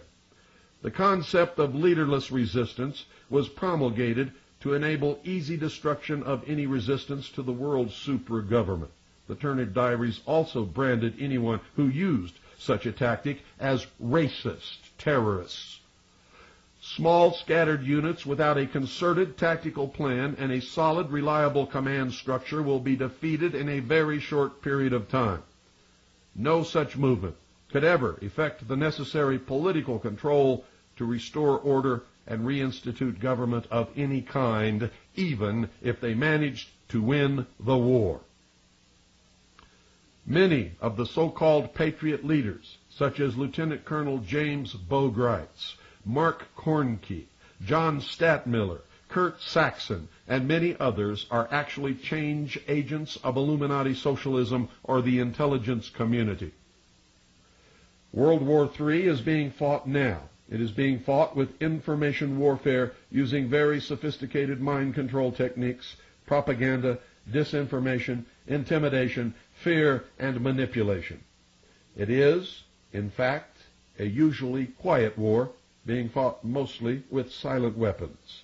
But before long, ladies and gentlemen, I guarantee you it will become very loud and very destructive. Ordo ab chao dictates that the old order be completely and thoroughly destroyed before the new order can be established. How do they do this? Well, many of you follow some of these change agents, believing that they're on your side, looking up to them as heroes, thinking that they're telling you the truth. But, ladies and gentlemen, nothing could be farther from the truth. One of the greatest Trojan horses ever presented to the American people has been Lieutenant Colonel James Bogreitz. Now, this is written by Bogreitz. Nothing is invented here. I'm going to read you a letter that he wrote in response to an editorial printed in the Hartford Advocate. This letter was written by Bogreitz to the Hartford Advocate as a reply. And I'm only going to read you the portions of it that apply to this broadcast because it's a long, long letter. He says, quote, "The 17 October edition of the Hartford Advocate's Conspiracy of Hate was indeed just that, but devoid of fact. Since its release, outraged Americans have faxed and mailed me copies from all over the United States. It is unfortunate that the Advocate printed this extensive cover article without so much as a phone call to me. This was irresponsible and insupportable journalism, unless the purpose of the publication is to provide the public with fish wrap. The article cast me as a militia-leading, government-hating, anti-Semitic racist supporter of the Ku Klux Klan and neo-Nazis, all of which is a blatant lie. In accordance with United States Codes 10 and 32, which define the unorganized militia, let me say that again so that there's no mistake here, which define the unorganized militia as a regular, listen to me very carefully, he makes a confession here, as a regular United States Army officer on retainer with hip pocket orders. I cannot be a member of any militia. I neither belong to nor lead any such organization. Neither do I support fear of black helicopters, United Nations, or extraterrestrial invasions. I have steadfastly done everything in my power to dissuade anarchist militia activity and debunk people who advocate violence." Now, what's important there, ladies and gentlemen, is that he has been telling us for years that he resigned his commission as a regular United States Army officer. He lied. Here he admits he is a regular United States Army officer on retainer with hip pocket orders. which means, ladies and gentlemen, he is an undercover agent of the United States government. He has lied about his religion. To Pete Peters, he said he was a member of the Christian Identity Church. Do you know what that means, ladies and gentlemen? That's British Israelism. Those are the people who believe that they are the true Israel, and that every other race is inferior to them, and that they are destined to rule the world. Greitz goes on to say, quote, I am a member of the Jewish Defense League's San Francisco chapter. I believe the fate of America is linked to Israel. For that reason, I am a long-time The Forward subscriber. Now, if you don't know what the Jewish Defense League is, ladies and gentlemen, it is a militant, racist arm of international Zionism. It is not a normal Jewish organization. Most Jews in this world are just like all other people. They don't know what the hell's going on any more than any of us ever did before we did our research, or before, like me, got placed in a position where we discovered it, and then spent many years researching to find out what it all meant. He says, quote, I am a member of the Jewish Defense League's San Francisco chapter, end quote. This is the same man who told the people in Sedona, Arizona, that he's tried all the different churches and never found one that he could believe in. I bet he didn't tell that to the church that he's been a member of for many years, the Church of Jesus Christ of Latter-day Saints. One day on his radio program, he even told everybody that he had left the Mormon Church, didn't want to be a member of it anymore, didn't believe in its religion, and then began on the radio talking about how he had sent his son for past life regression, and how he believed in reincarnation and all of the New Age movement things. This is how he trolls for people to follow him. Whoever you are, he will be whatever you are in order to get you to follow him, so that he can find out who you are and what you're doing and where you live, so that when all this comes down, anyone who would dare fight against the New World Order can be rounded up and imprisoned. And when the key is turned in the lock, it will be Lieutenant Colonel James Greitz who turns that key. If you read the letter, and you can find it on my webpage, harvest-trust.org, that's harvest-trust.org. When you read the letter to the editor, written by Lieutenant Colonel James Greitz, please note the admissions contained therein. He states that he became a cadet in 1953 and entered active Army service in 1957. He admits that he is now, at this time, as I speak, a regular United States Army officer on retainer with hip pocket orders. In other words, he is an undercover agent of the United States government. Yet he has claimed on many occasions that he resigned his commission. If he had resigned his commission, as he has claimed, why is he always in uniform and or pictured in uniform? You want to know? Because most of the sheeple are suckers for a uniform and a chest full of ribbons. Greitz is working for the Department of Defense and the United States government right now. He admits membership in the Jewish Defense League. He openly admits that he is a Zionist. He has claimed to be a Mormon, Christian identity, Christian, and during one memorable moment while lecturing in Sedona, Arizona, Greitz claimed to have tried all religions, but had never found one in which he could believe. There is nothing, folks, listen to me, there is absolutely nothing wrong with being in the military or with being a member of the Jewish Defense League. There is, however, a great deal wrong with lying to the American people.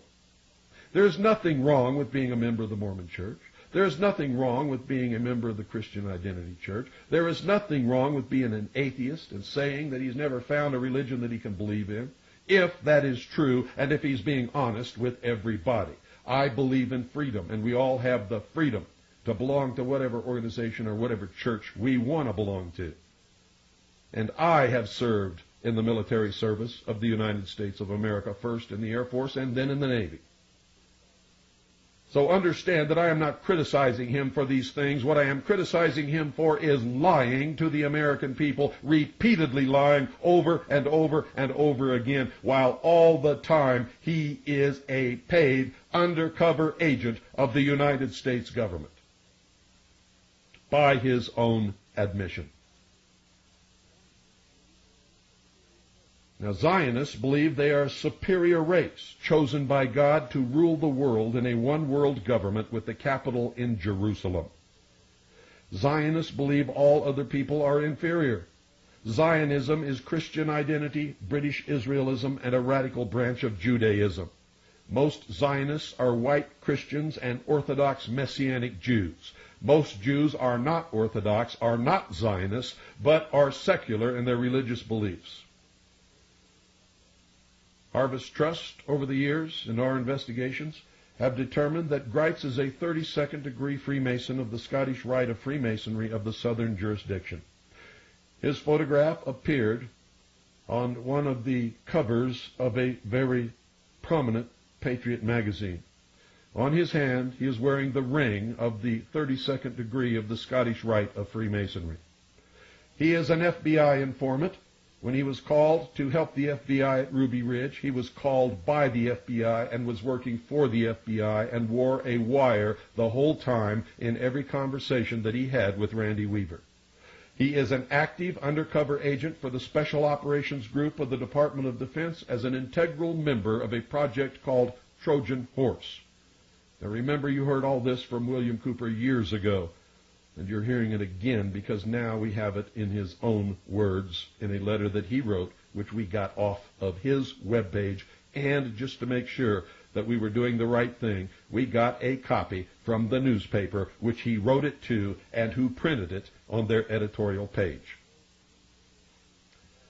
World War III is being fought now. It is being fought with information warfare, using very sophisticated mind control techniques, propaganda, disinformation, intimidation, fear, and manipulation. It is, in fact, a usually quiet war being fought mostly with silent weapons. But before long, it will become very loud and very destructive. Ordo ab chao is the motto of the higher degrees of this order, and it dictates that the old order be completely and thoroughly destroyed before the new order can be established. A one-world socialist government is the stated and avowed policy of the United States government. The United States created the United Nations. The United States State Department wrote the policy in the document known as State Department Publication 7277, which includes an introduction by President Truman, 33rd degree Freemason, which admits the United States government's world government policy.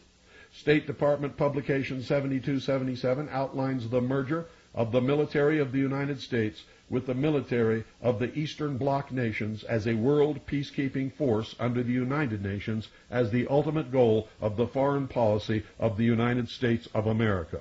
I didn't make any of this up, and everything that you have been told on yesterday's broadcast and today's broadcast is thoroughly documented. NATO is a part of the United Nations and was created under its auspices according to the United Nations Charter. The Warsaw Pact was a part of the United Nations and was created under its auspices according to the United Nations Charter. The Cold War was a scam which allowed both governments to levy large taxes which were used to develop the technology and experiment with techniques which will be combined to control the population of the world. The inclusion of Warsaw Pact nations as new members of NATO is the initial stage of Phase 2 of the merger of forces outlined in State Department Publication 7277, which will become the World Police Force under the United Nations. President Kennedy presented the plan to disarm the nations and people of the world to the United Nations. The United States planted the seed of an European Union, nurtured that idea, and has supported its formation. When the leader of the old Soviet Union banged his shoe on his desk at the United Nations and screamed, quote, "We do not have to invade the United States. We will destroy you from within," end quote, he was telling us the truth. The progression of accomplishments toward the completion of the plan to implement one world socialist totalitarian government is guided and controlled by the hierarchy of the Illuminati and the groups known as the Council on Foreign Relations, the Trilateral Commission, the Bilderberg Group, the Round Table Group, the Royal Institute of International Affairs, and many others, including the Illuminati in government and industry, who are members of the Supreme Council of the 33rd degree of the ancient and accepted Scottish Rite of Freemasonry of the southern and northern jurisdictions. The Supreme Council of the York Rite of Freemasonry, International Zionism, B'nai B'rith, the Grand Lodge of France, the Grand Lodge of England, the Order of the Golden Dawn, the Ordo Templi Orientalis, the Rosicruci, the Sovereign and Military Order of the Knights of Malta, the Knights Templar, the Jason Society, the Vatican, and many others, too numerous to list. See the occult and other links on our homepage. You will be amazed. It's harvest-trust.org on the internet. I will finish this tomorrow, ladies and gentlemen, because once again, we've run out of time. Good night, and God bless each and every one of you. And if I've scared you, good. It's about time somebody did. You're listening to a live broadcast of the Hour of the Time. I'm William Cooper. Ladies and gentlemen, tonight we are going to cover the plan for world domination by the adepts of the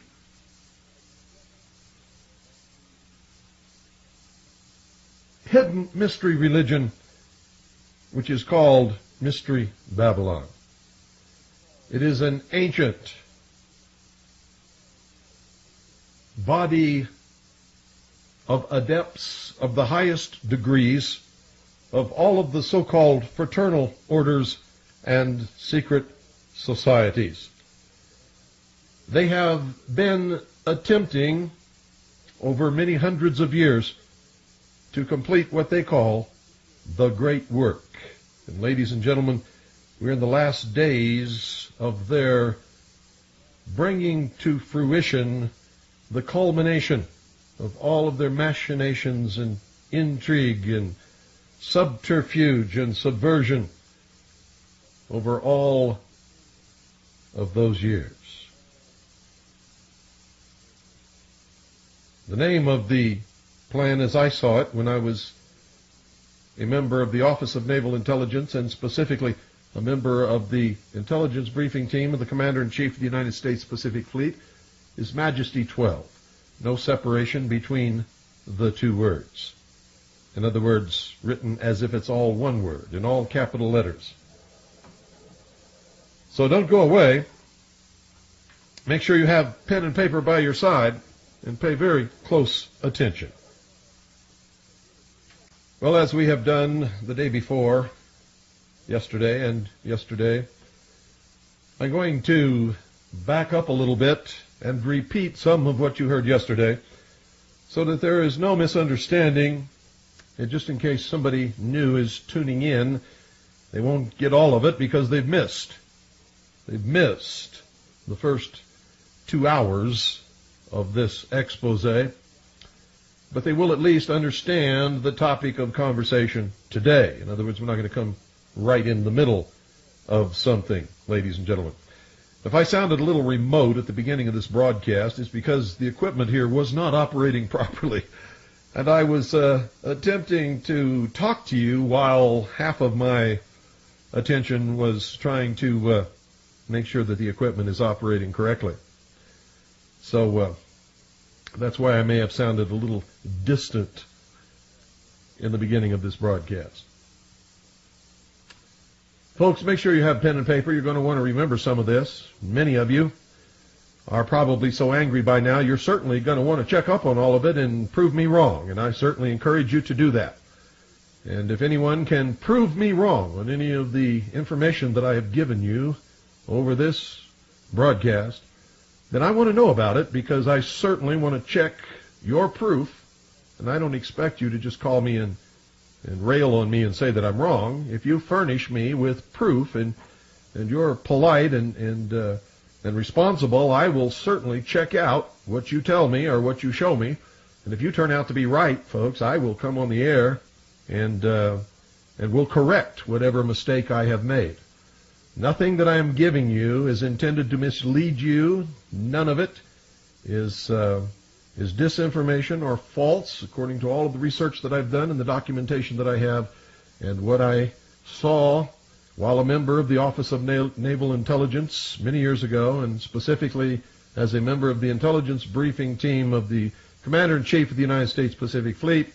Everything that I'm telling you is absolutely true, correct, is documented and sourced, is the product of not only what I saw in the Navy, but many, many years of research, not only by me, but the members of all of the organizations which I head, and other prominent researchers throughout the country and even the world.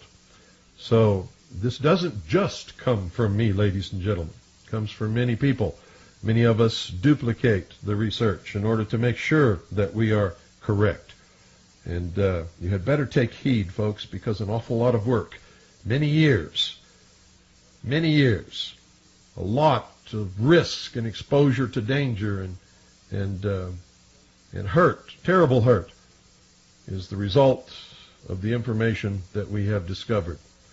Some of us have been attacked, beaten. Some of us have been killed. Some of us have been terribly slandered and libeled in order to keep the public from learning what I have been delivering to you over the last 2 days and will continue in this broadcast today. Most of you have no conception of what the reality of the world on a political and social and economic level really is. You're wrapped up in your families and in your work, and you think that that's all that you need to do because you've elected somebody that you trust and you've sent them off to represent you. And they will never do you wrong. And it can't happen here in the United States of America.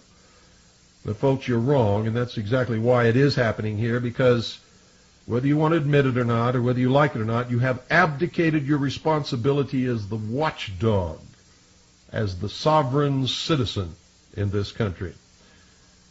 And so those who can be corrupted have been corrupted. Those who would not be corrupted have been framed, have been libeled, have been slandered, have been shunted to the side, shifted out of government over the years. This may shock you, ladies and gentlemen, but it is the truth. Listen to me very carefully. A one-world socialist government is the stated and avowed policy of the United States government. The United Nations didn't spring up out of some bubbling pool of goo back in some swamp somewhere. The United States created the United Nations. And if you don't believe that, you get into your history books and you'll find out that it's absolutely true. And the members of the United States government that we sent to create the United Nations and participate in the writing of the United Nations Charter later were arrested, tried, convicted, and were sent to prison as members of a subversive group of spies acting on behalf of the Soviet Union, members of the Communist Party, the most prominent, two of which were Mr. Chambers and Mr. Alger Hiss. The United States State Department wrote the policy in the document known as State Department Publication 7277, which for those of you who have not seen it, includes an introduction by President Truman, who was a 33rd degree Freemason of the Scottish Rite, which admits the United States government's world government policy. State Department Publication 7277 further outlines the merger of the military of the United States with the military of the Eastern Bloc nations, what used to be known as the Warsaw Pact or the Soviet Union, as a world peacekeeping force under the United Nations as the ultimate goal of the foreign policy of the United States of America. NATO, that's the North Atlantic Treaty Organization, NATO, is a part of the United Nations. It is not a separate force, and it is not a force of the United States of America. NATO is a part of the United Nations, and was created under its auspices according to the United Nations Charter and at the approval of the United Nations Security Council. It's all in the treaty, ladies and gentlemen, which you have never read. The Warsaw Pact was also a part of the United Nations and was also created under its auspices according to the United Nations Charter. The Cold War was a scam perpetrated between two military organizations, NATO and the Warsaw Pact, in order to create a diversion, an illusion, if you will. You see, they both belong to the same organization, the United Nations. They were both overseen, run by, and ruled by the United Nations and the United Nations Security Council. There was never any danger of war between the United States of America and the Soviet Union. The Cold War, in fact, was a scam which allowed both governments to levy large taxes which were used to develop the technology and experiment with techniques which will be combined to control the population of the world. The inclusion of Warsaw Pact nations as new members of NATO today, now, as I speak, is the initial stage of Phase 2 of the merger of forces outlined in State Department publication 7277. And the purpose, the real purpose for the illusion of the fall of the Soviet Union was so this could be brought about and so that the West could be deceived into disarming. President Kennedy presented the plan to disarm the nations and people of the world to the United Nations. The United States planted the seed of an European Union, nurtured that idea, and has supported its formation. When the leader of the USSR banged his shoe on his desk at the United Nations and screamed, quote, "We do not have to invade the United States. We will destroy you from within," end quote. He was absolutely correct. Those of you alive at the time who were watching television and reading your newspapers and paying attention know that that was Nikita Khrushchev who made that statement and banged his shoe on that desk.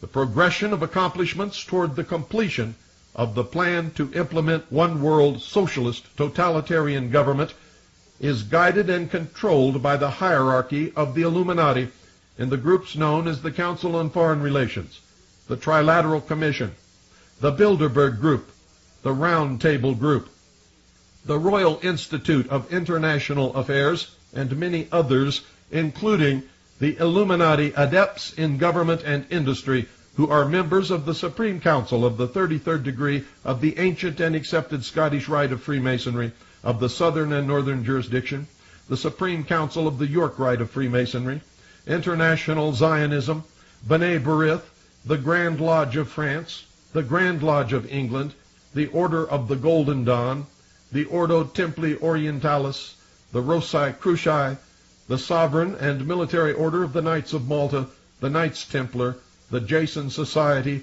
the Vatican, and many others too numerous to list.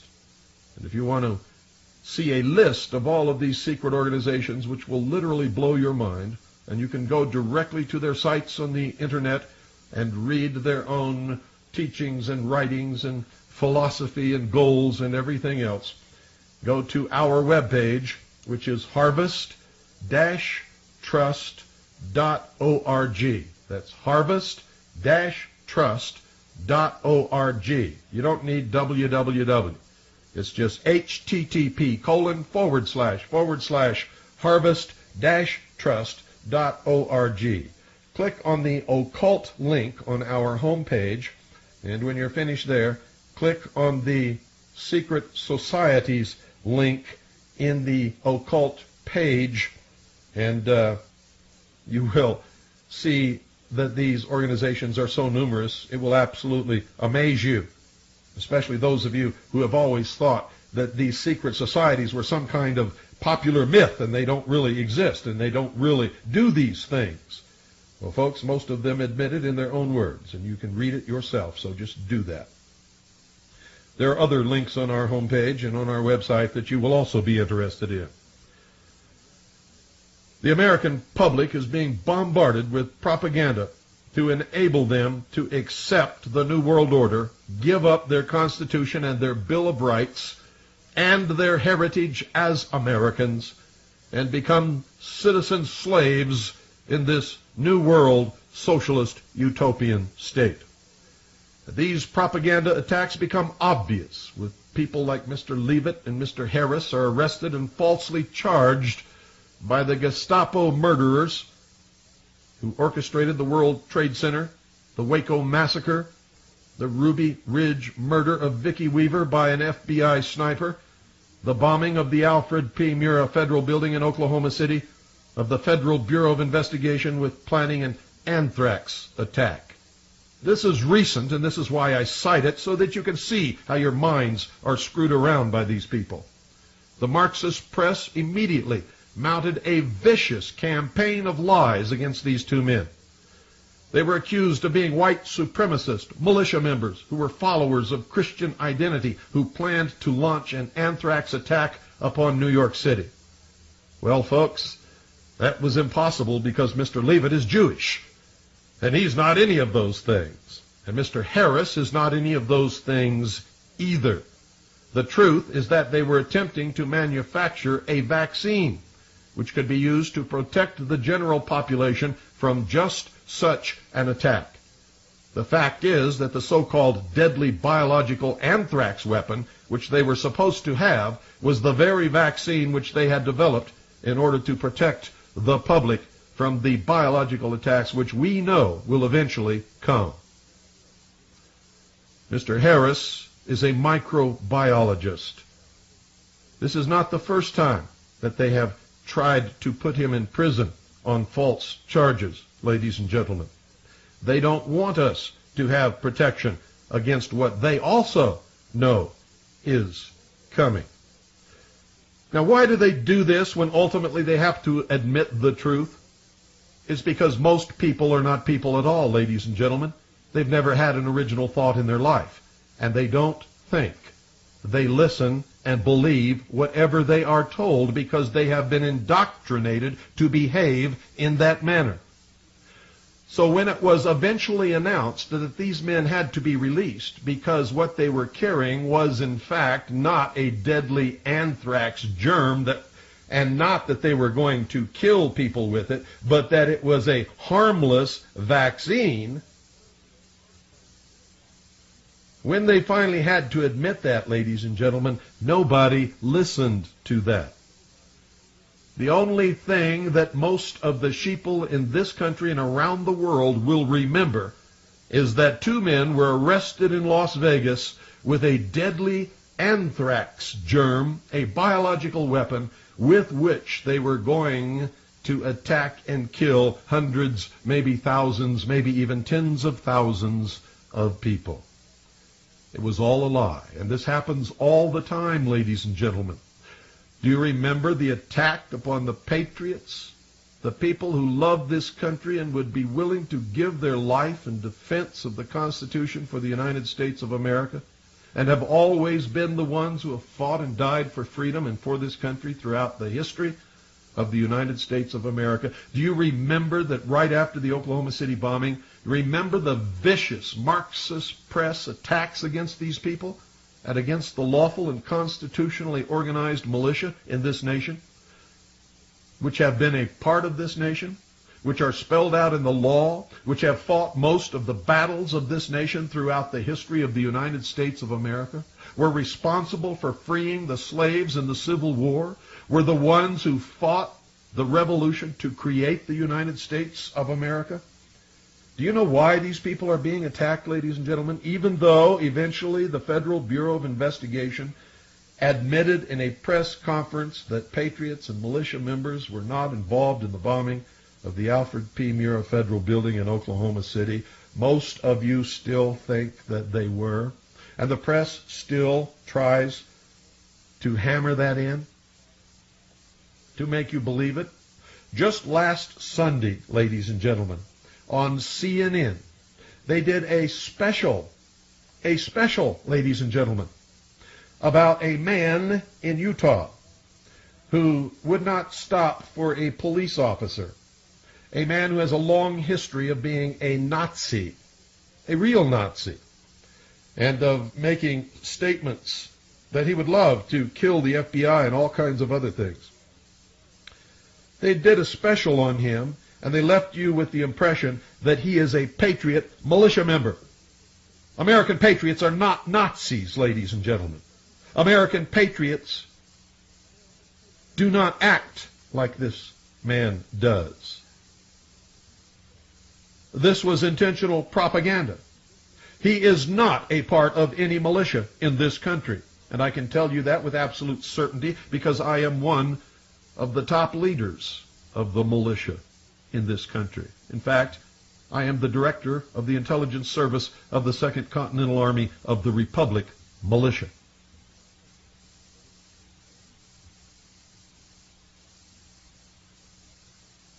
The Marxist press and the communist news networks are constantly bombarding the American people with lies and propaganda in order to demonize real Americans, to demonize American patriots, to demonize the American militia,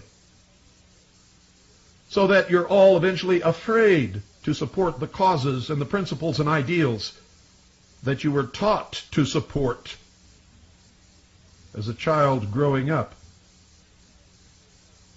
that you know is the right thing to do, but now has become politically incorrect. Why? Because the United States of America is scheduled to disappear into one of the 10 regions of the New World Order. The Constitution will become a dim memory in the minds of all of us. And the new history books will make no mention of liberty or freedom. Our constitutions, our bills of rights, our creators, even the word God will disappear.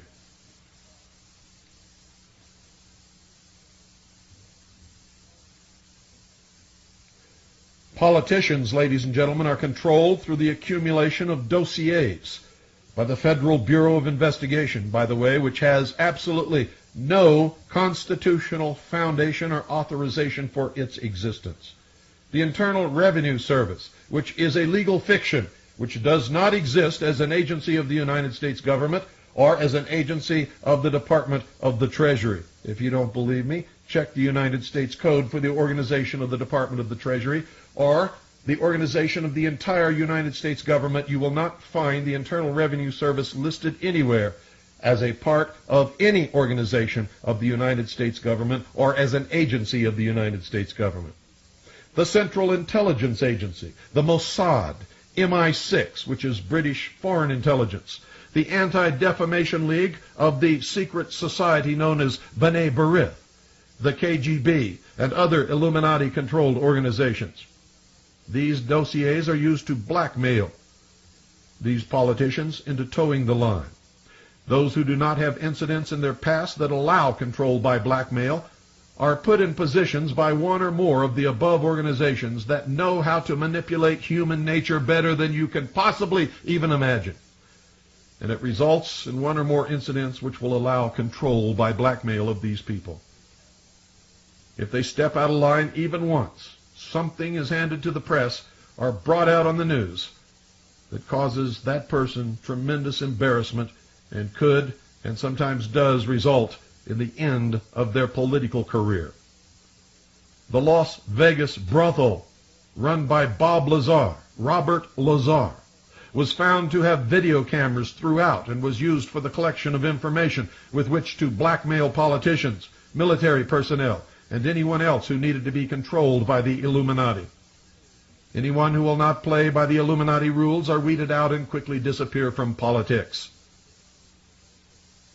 Remember, ladies and gentlemen, that it was 33rd degree Freemason Franklin Delano Roosevelt who created the Federal Bureau of Investigation, instituted the first run of socialism in this country.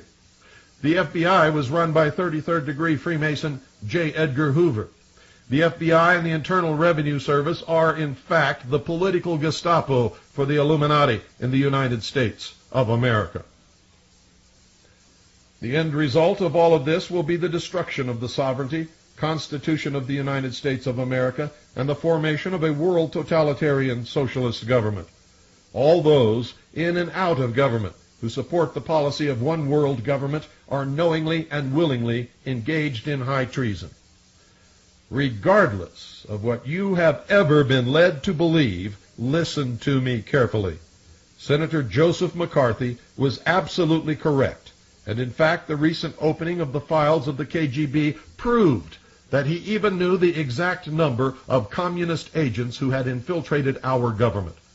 The revelations of history, the records of the KGB, and the recent release of the National Security Agency's deciphered cables to and from Moscow by the Venona Project have vindicated Senator Joseph McCarthy. He was destroyed by the Marxist-owned and controlled news media and Hollywood.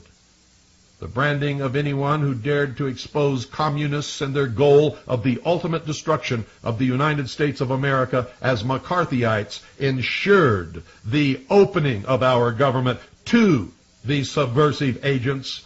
Infiltration and rapid takeover of our government took place by Marxists and communists over the intervening years, and they are in control today. And listen to this very carefully. Those of you, ladies and gentlemen, who believe so strongly in the book of Revelation in the King James Version of the Holy Bible, and other religious and are superstitious people who believe in prophecies of Nostradamus and many others, and think that you really have deciphered all of these things and you know exactly what's going to happen and when, you are being intentionally led into a state called millennium fever, so that you will offer no opposition to the New World Order while you calmly await the workings of the hand of God and the arrival on this earth of whoever your particular Messiah happens to be. And oh, they're going to give you a Messiah. Oh, yes, they are, and we covered that in a previous episode. Your philosophy is you're not going to lift a favor no matter what happens. You're not going to do anything because you believe that it's all being brought about by the hand of God. And that you know this because you have read the inspired prophetic revelation of God. But apparently, and especially if you're a Christian, you don't even read or understand the teachings of the man you purport to follow. Jesus said this, and I'm paraphrasing it, but I'm absolutely accurate, that when you think he is coming, he will not be here. He said he would come like a thief in the night, and even the elect will be fooled. Well, ladies and gentlemen, fools abound. I see books all over the place purporting to be explaining to you what's going to happen in the near future, deciphered from the prophecies of Nostradamus, all telling you what I'm telling you, but telling you that you cannot resist it because it is the fulfilled prophecy, the prophetic revelation of God. Well, it's not. It's being brought about by flesh and blood men who are creating events to make you believe that it is the fulfilled prophetic revelation of God, so that you will be rendered impotent, harmless. You will not lift a finger against what is coming. Nostradamus wrote his quatrains in a code which has never, ever been deciphered by anyone. Never. Understand that. Remember what Jesus said. Even the elect will be fooled. That is also repeated in the book of Revelations. Even the elect will be fooled. And I know that most of you think you're the elect, and I can tell you right now, you have definitely been fooled. And there's more, ladies and gentlemen, much, much more, as you will come to realize on your own over the coming months and years, especially if you have listened to these broadcasts beginning Monday and continuing through today. You will be able to recognize things now that you could not recognize before. The news will make more sense to you, and you will begin to understand what's happening in the world and why. You wonder how all this comes about. Well, it's pretty simple, folks. And if you don't believe me, believe the President of the United States of America, President Woodrow Wilson. He said this, quote, "There is a power so organized, so subtle, so complete, so pervasive, that they had better not speak above their breath when they speak in condemnation of it," end quote. Woodrow Wilson said that, President of the United States, trying to give us some idea of what is happening. Those of you who think that history is boring, you're going to find the future extremely exciting because you thought history was boring, because those who do not learn from history are doomed to repeat it. History is replete with whispers of secret societies, accounts of elders or priests who guarded the forbidden knowledge of ancient peoples. Prominent men meeting in secret who directed the course of civilization are recorded in the writings of all people. Plato spoke of his initiation in the Great Pyramid at Giza, where he went in and came out a god. Do you understand what I'm telling you? The oldest of these is the Brotherhood of the Snake, also called the Brotherhood of the Dragon, and it still exists under many different names. The Brotherhood of the Snake is devoted to guarding the, quote, secrets of the ages, end quote, and to the recognition of Lucifer as the one and only true God. And of course, that's a metaphor, ladies and gentlemen. If you do not believe in God, Lucifer, or Satan, you must understand that there are great masses of people who do, and who believe in and follow the metaphor which they represent. I don't believe in racism, but millions do, and their beliefs and actions based upon those beliefs will always affect me. Especially me, because I'm married to a Chinese woman, and we are the brunt, the target of racist attacks. We know all about it. And whether I believe in it or not, it still affects me, because somebody else does.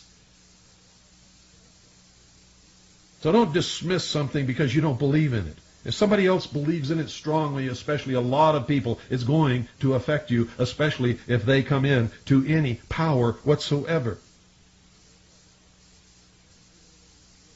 It is clear, ladies and gentlemen, that religion has always played a significant role in the course of these organizations.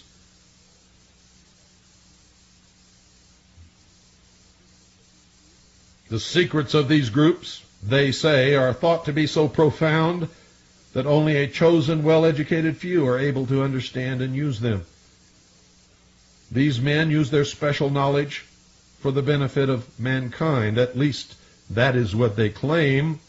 But if you follow their machinations throughout the history of the world, you'll find that death and destruction follows their manipulation of the human race.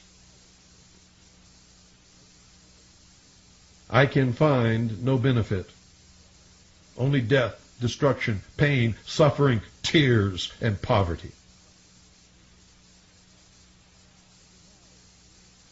And how can we take their word for anything, since their knowledge and actions are secret? Fortunately, folks, due to people who diligently research and dig, people like me and many others, some of it has become public knowledge. I found it intriguing that in most, if not all, primitive tribal societies, all of the adults are members of secret societies. They are usually separated into male and female groups. The male usually dominates the culture. Surprisingly, this exactly resembles many civilized secret societies. It can only mean that the society is working not against established authority, but for it. In fact, could be said to actually be the established authority. And I'm going to tell you that today that is absolutely correct.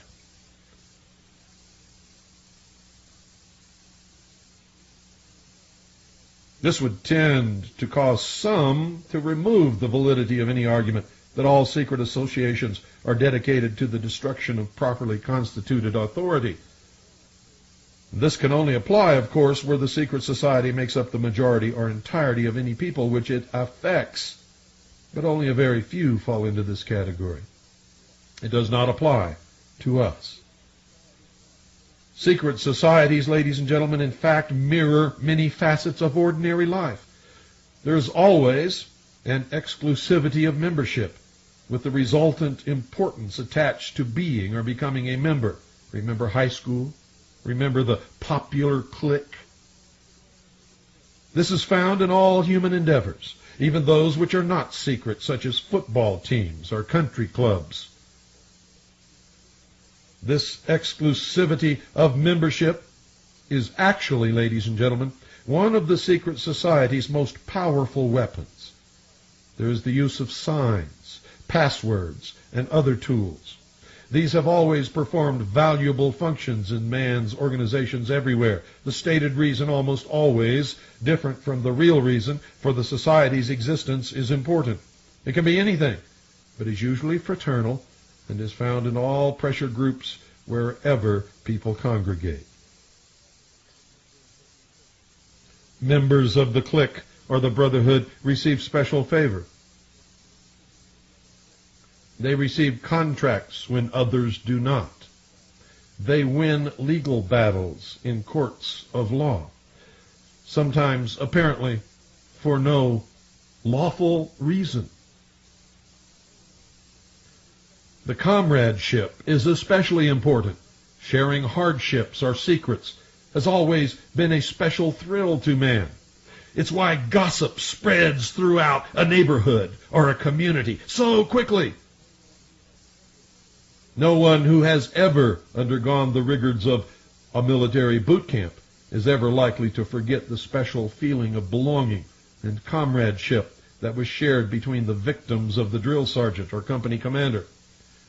It is an emotion born of initiation. The most potent tool of any secret society is the ritual and myth surrounding initiation.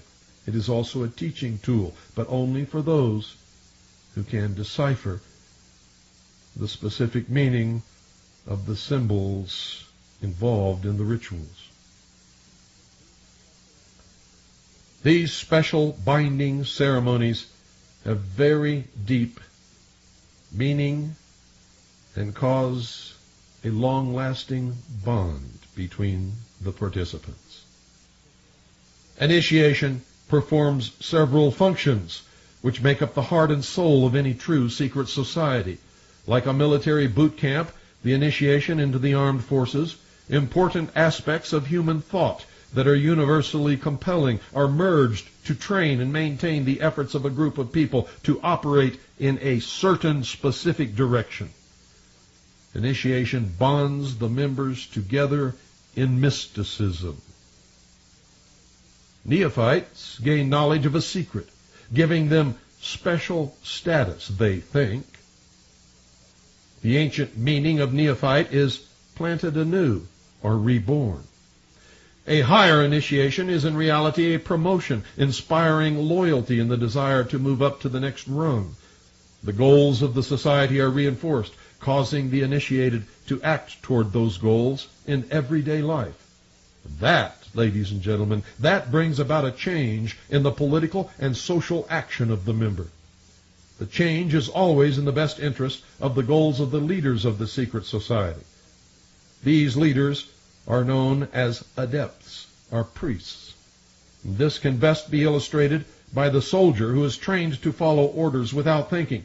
The result is often the wounding or death of the soldier for the realization of the commander's goal, which may or may not be good for the overall community, and certainly was not any good for the soldier. Initiation, ladies and gentlemen, is a means of rewarding ambitious men who can be trusted. You will notice that the higher the degree of initiation, the fewer the members who possess the degree. This is not because the other members are not ambitious, but because a process of very careful selection is being conducted. A point is reached where no effort is good enough without a pull-up by the higher members. Most members never proceed beyond this point and never ever learn the real secret purpose of the group. The frozen member from that point on serves only as a part of the political power base, as indeed he has always done. You may have guessed by now that initiation is a way to determine who can and cannot be trusted, who can understand the symbolic education given to them, and who wants to be a part of the goals of the order.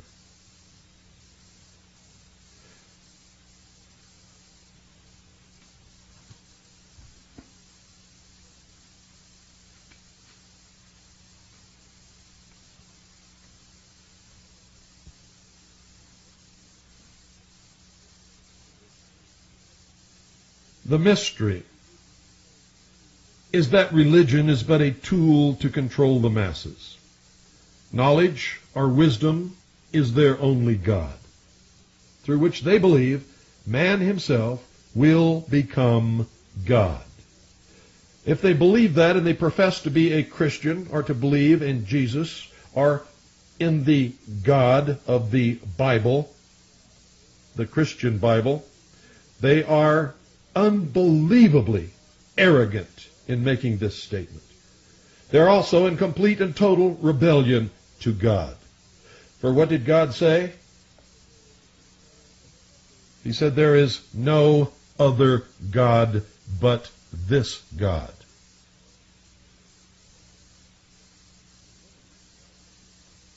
You'd better read your Bible if you're a Christian and you believe that someday you're going to become a God. If you're a member of these secret societies and you profess to be a Christian, you cannot be both, because one is a lie and the other is the truth.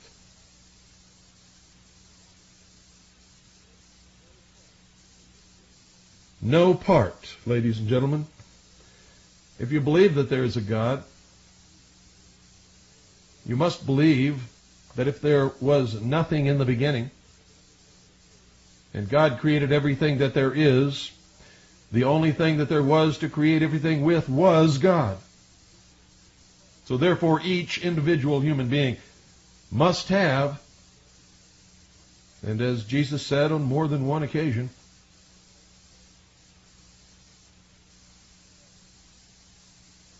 a part of that divine substance within.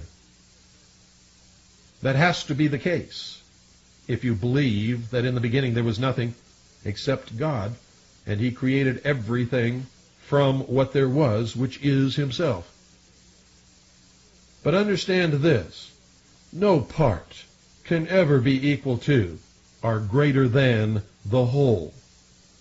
No small portion can ever stand up to be equal to or to be God. Understand that.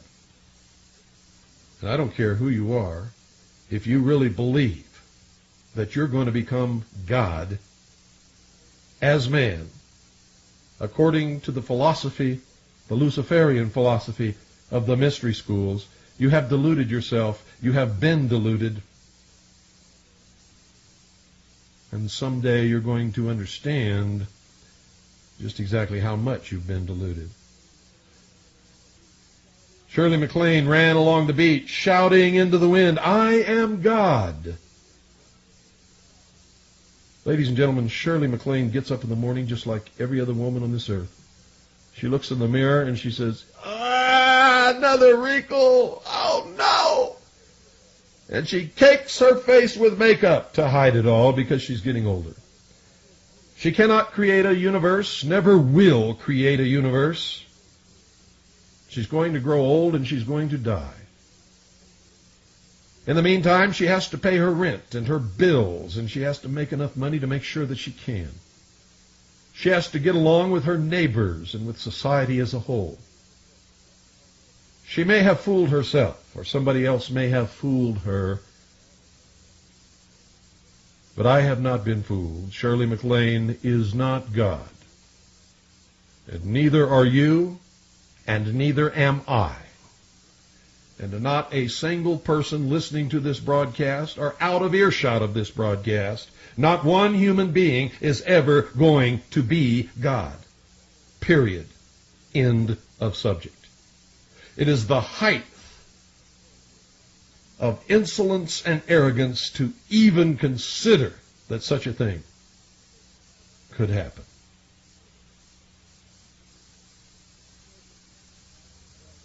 The snake and the dragon, both the symbols of these societies, are ancient symbols of wisdom.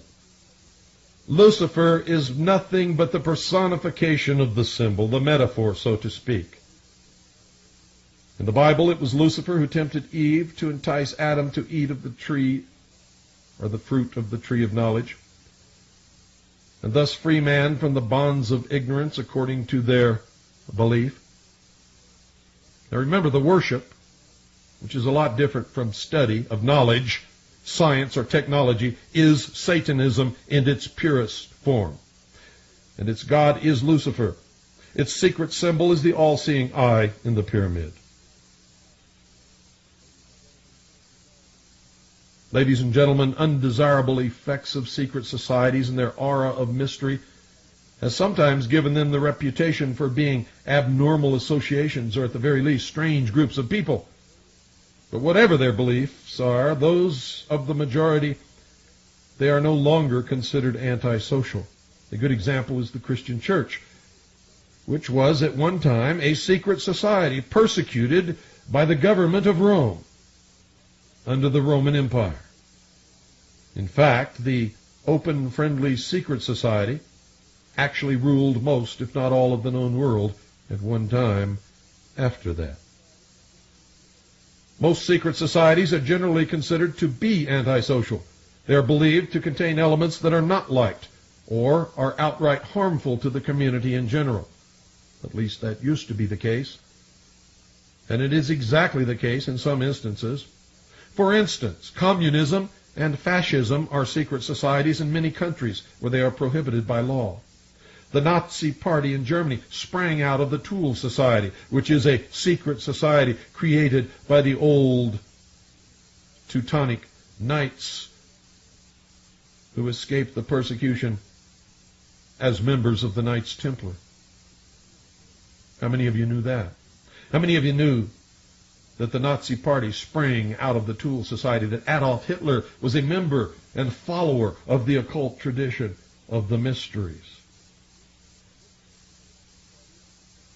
In this country, the Nazi Party and the Ku Klux Klan are secret societies due mostly to the fact that the general public is disgusted by them. Their activities are sometimes illegal, thus the secrecy of their membership.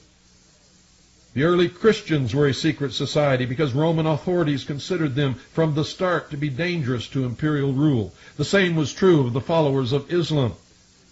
At least some of these true believers, working in secret, accomplished what would turn out to be the eventual good of society. The Drusid and Yazidis in Syria and Iraq consider the Arabs a dangerous secret society dedicated to the takeover of the world. The Arabs today think the same of the Jews. Catholics and Freemasons used to have precisely the same ideas about each other.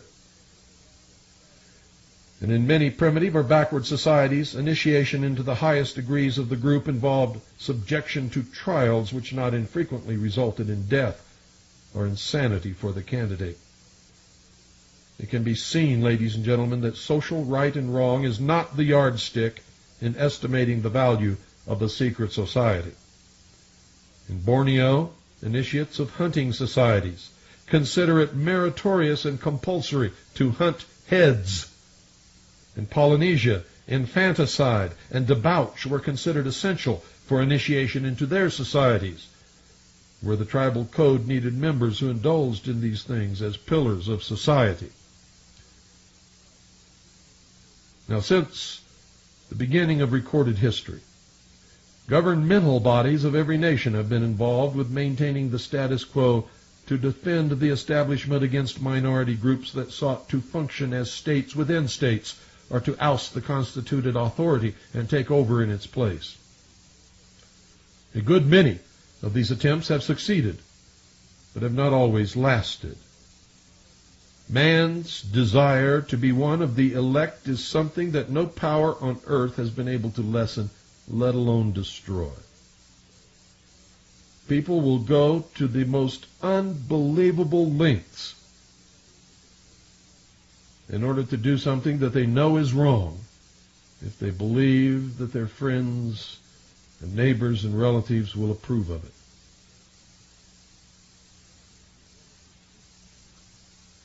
It is one of the secrets of secret societies. It's what gives them a political base and lots of clout.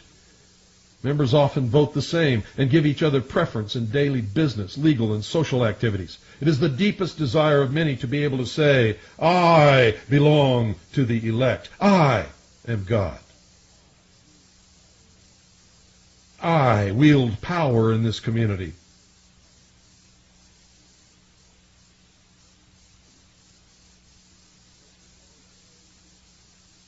The most important of all of these ancient groups is the Brotherhood of the Snake or Dragon, and was simply known as the Mysteries. The snake and dragon are symbols that represent wisdom. The father of wisdom is Lucifer, also called the Light Bearer. The focus of worship for the Mysteries was Osiris, another name of Lucifer. Osiris was the name of a bright star that the ancients believed had been cast down onto the earth. The literal meaning of Lucifer is bringer of light, or the morning star. After Osiris was gone from the sky, the ancients saw the sun as the representation of Osiris, or more correctly, Lucifer. Osiris was represented by the sun. That's a quote from Albert Pike. Isaiah 14, verse 12, How art thou fallen from heaven, O Lucifer? Fred Giddings, Symbolism and Occult Art, said, It is claimed that after Lucifer fell from heaven, he brought with him the power of thinking as a gift for mankind. Most of the greatest minds that ever lived were initiated into the Society of Mysteries by secret and dangerous rites, some of which were very cruel. Some of the most famous were known as Osiris, Isis, Sabazius, Cybele, and Eleusis. Plato was one of these initiates, and he describes some of the mysteries in his writings. Plato's initiation encompassed 3 days of entombment in the Great Pyramid. None of the great pyramids were ever tombs, ladies and gentlemen. They were always, from the beginning, temples of initiation. Plato's initiation encompassed 3 days of entombment in the Great Pyramid, during which time he died symbolically, was reborn, and was given secrets that he was to preserve. For the 3 days he lay in the sarcophagus, and that's the true purpose. Plato's writings are full of information on the mysteries. Manly P. Hall stated in his book, The Secret Teachings of All Ages, that, quote, the illumined of antiquity entered its pyramid of Giza portals as men. They came forth as gods, end quote. I say they came forth as men, deluded to believe that they were gods. The ancient Egyptian word for pyramid was kuti, which meant glorious light. Mr. Hall says also, quote, the pyramids of the great Egyptian temples of initiation, end quote.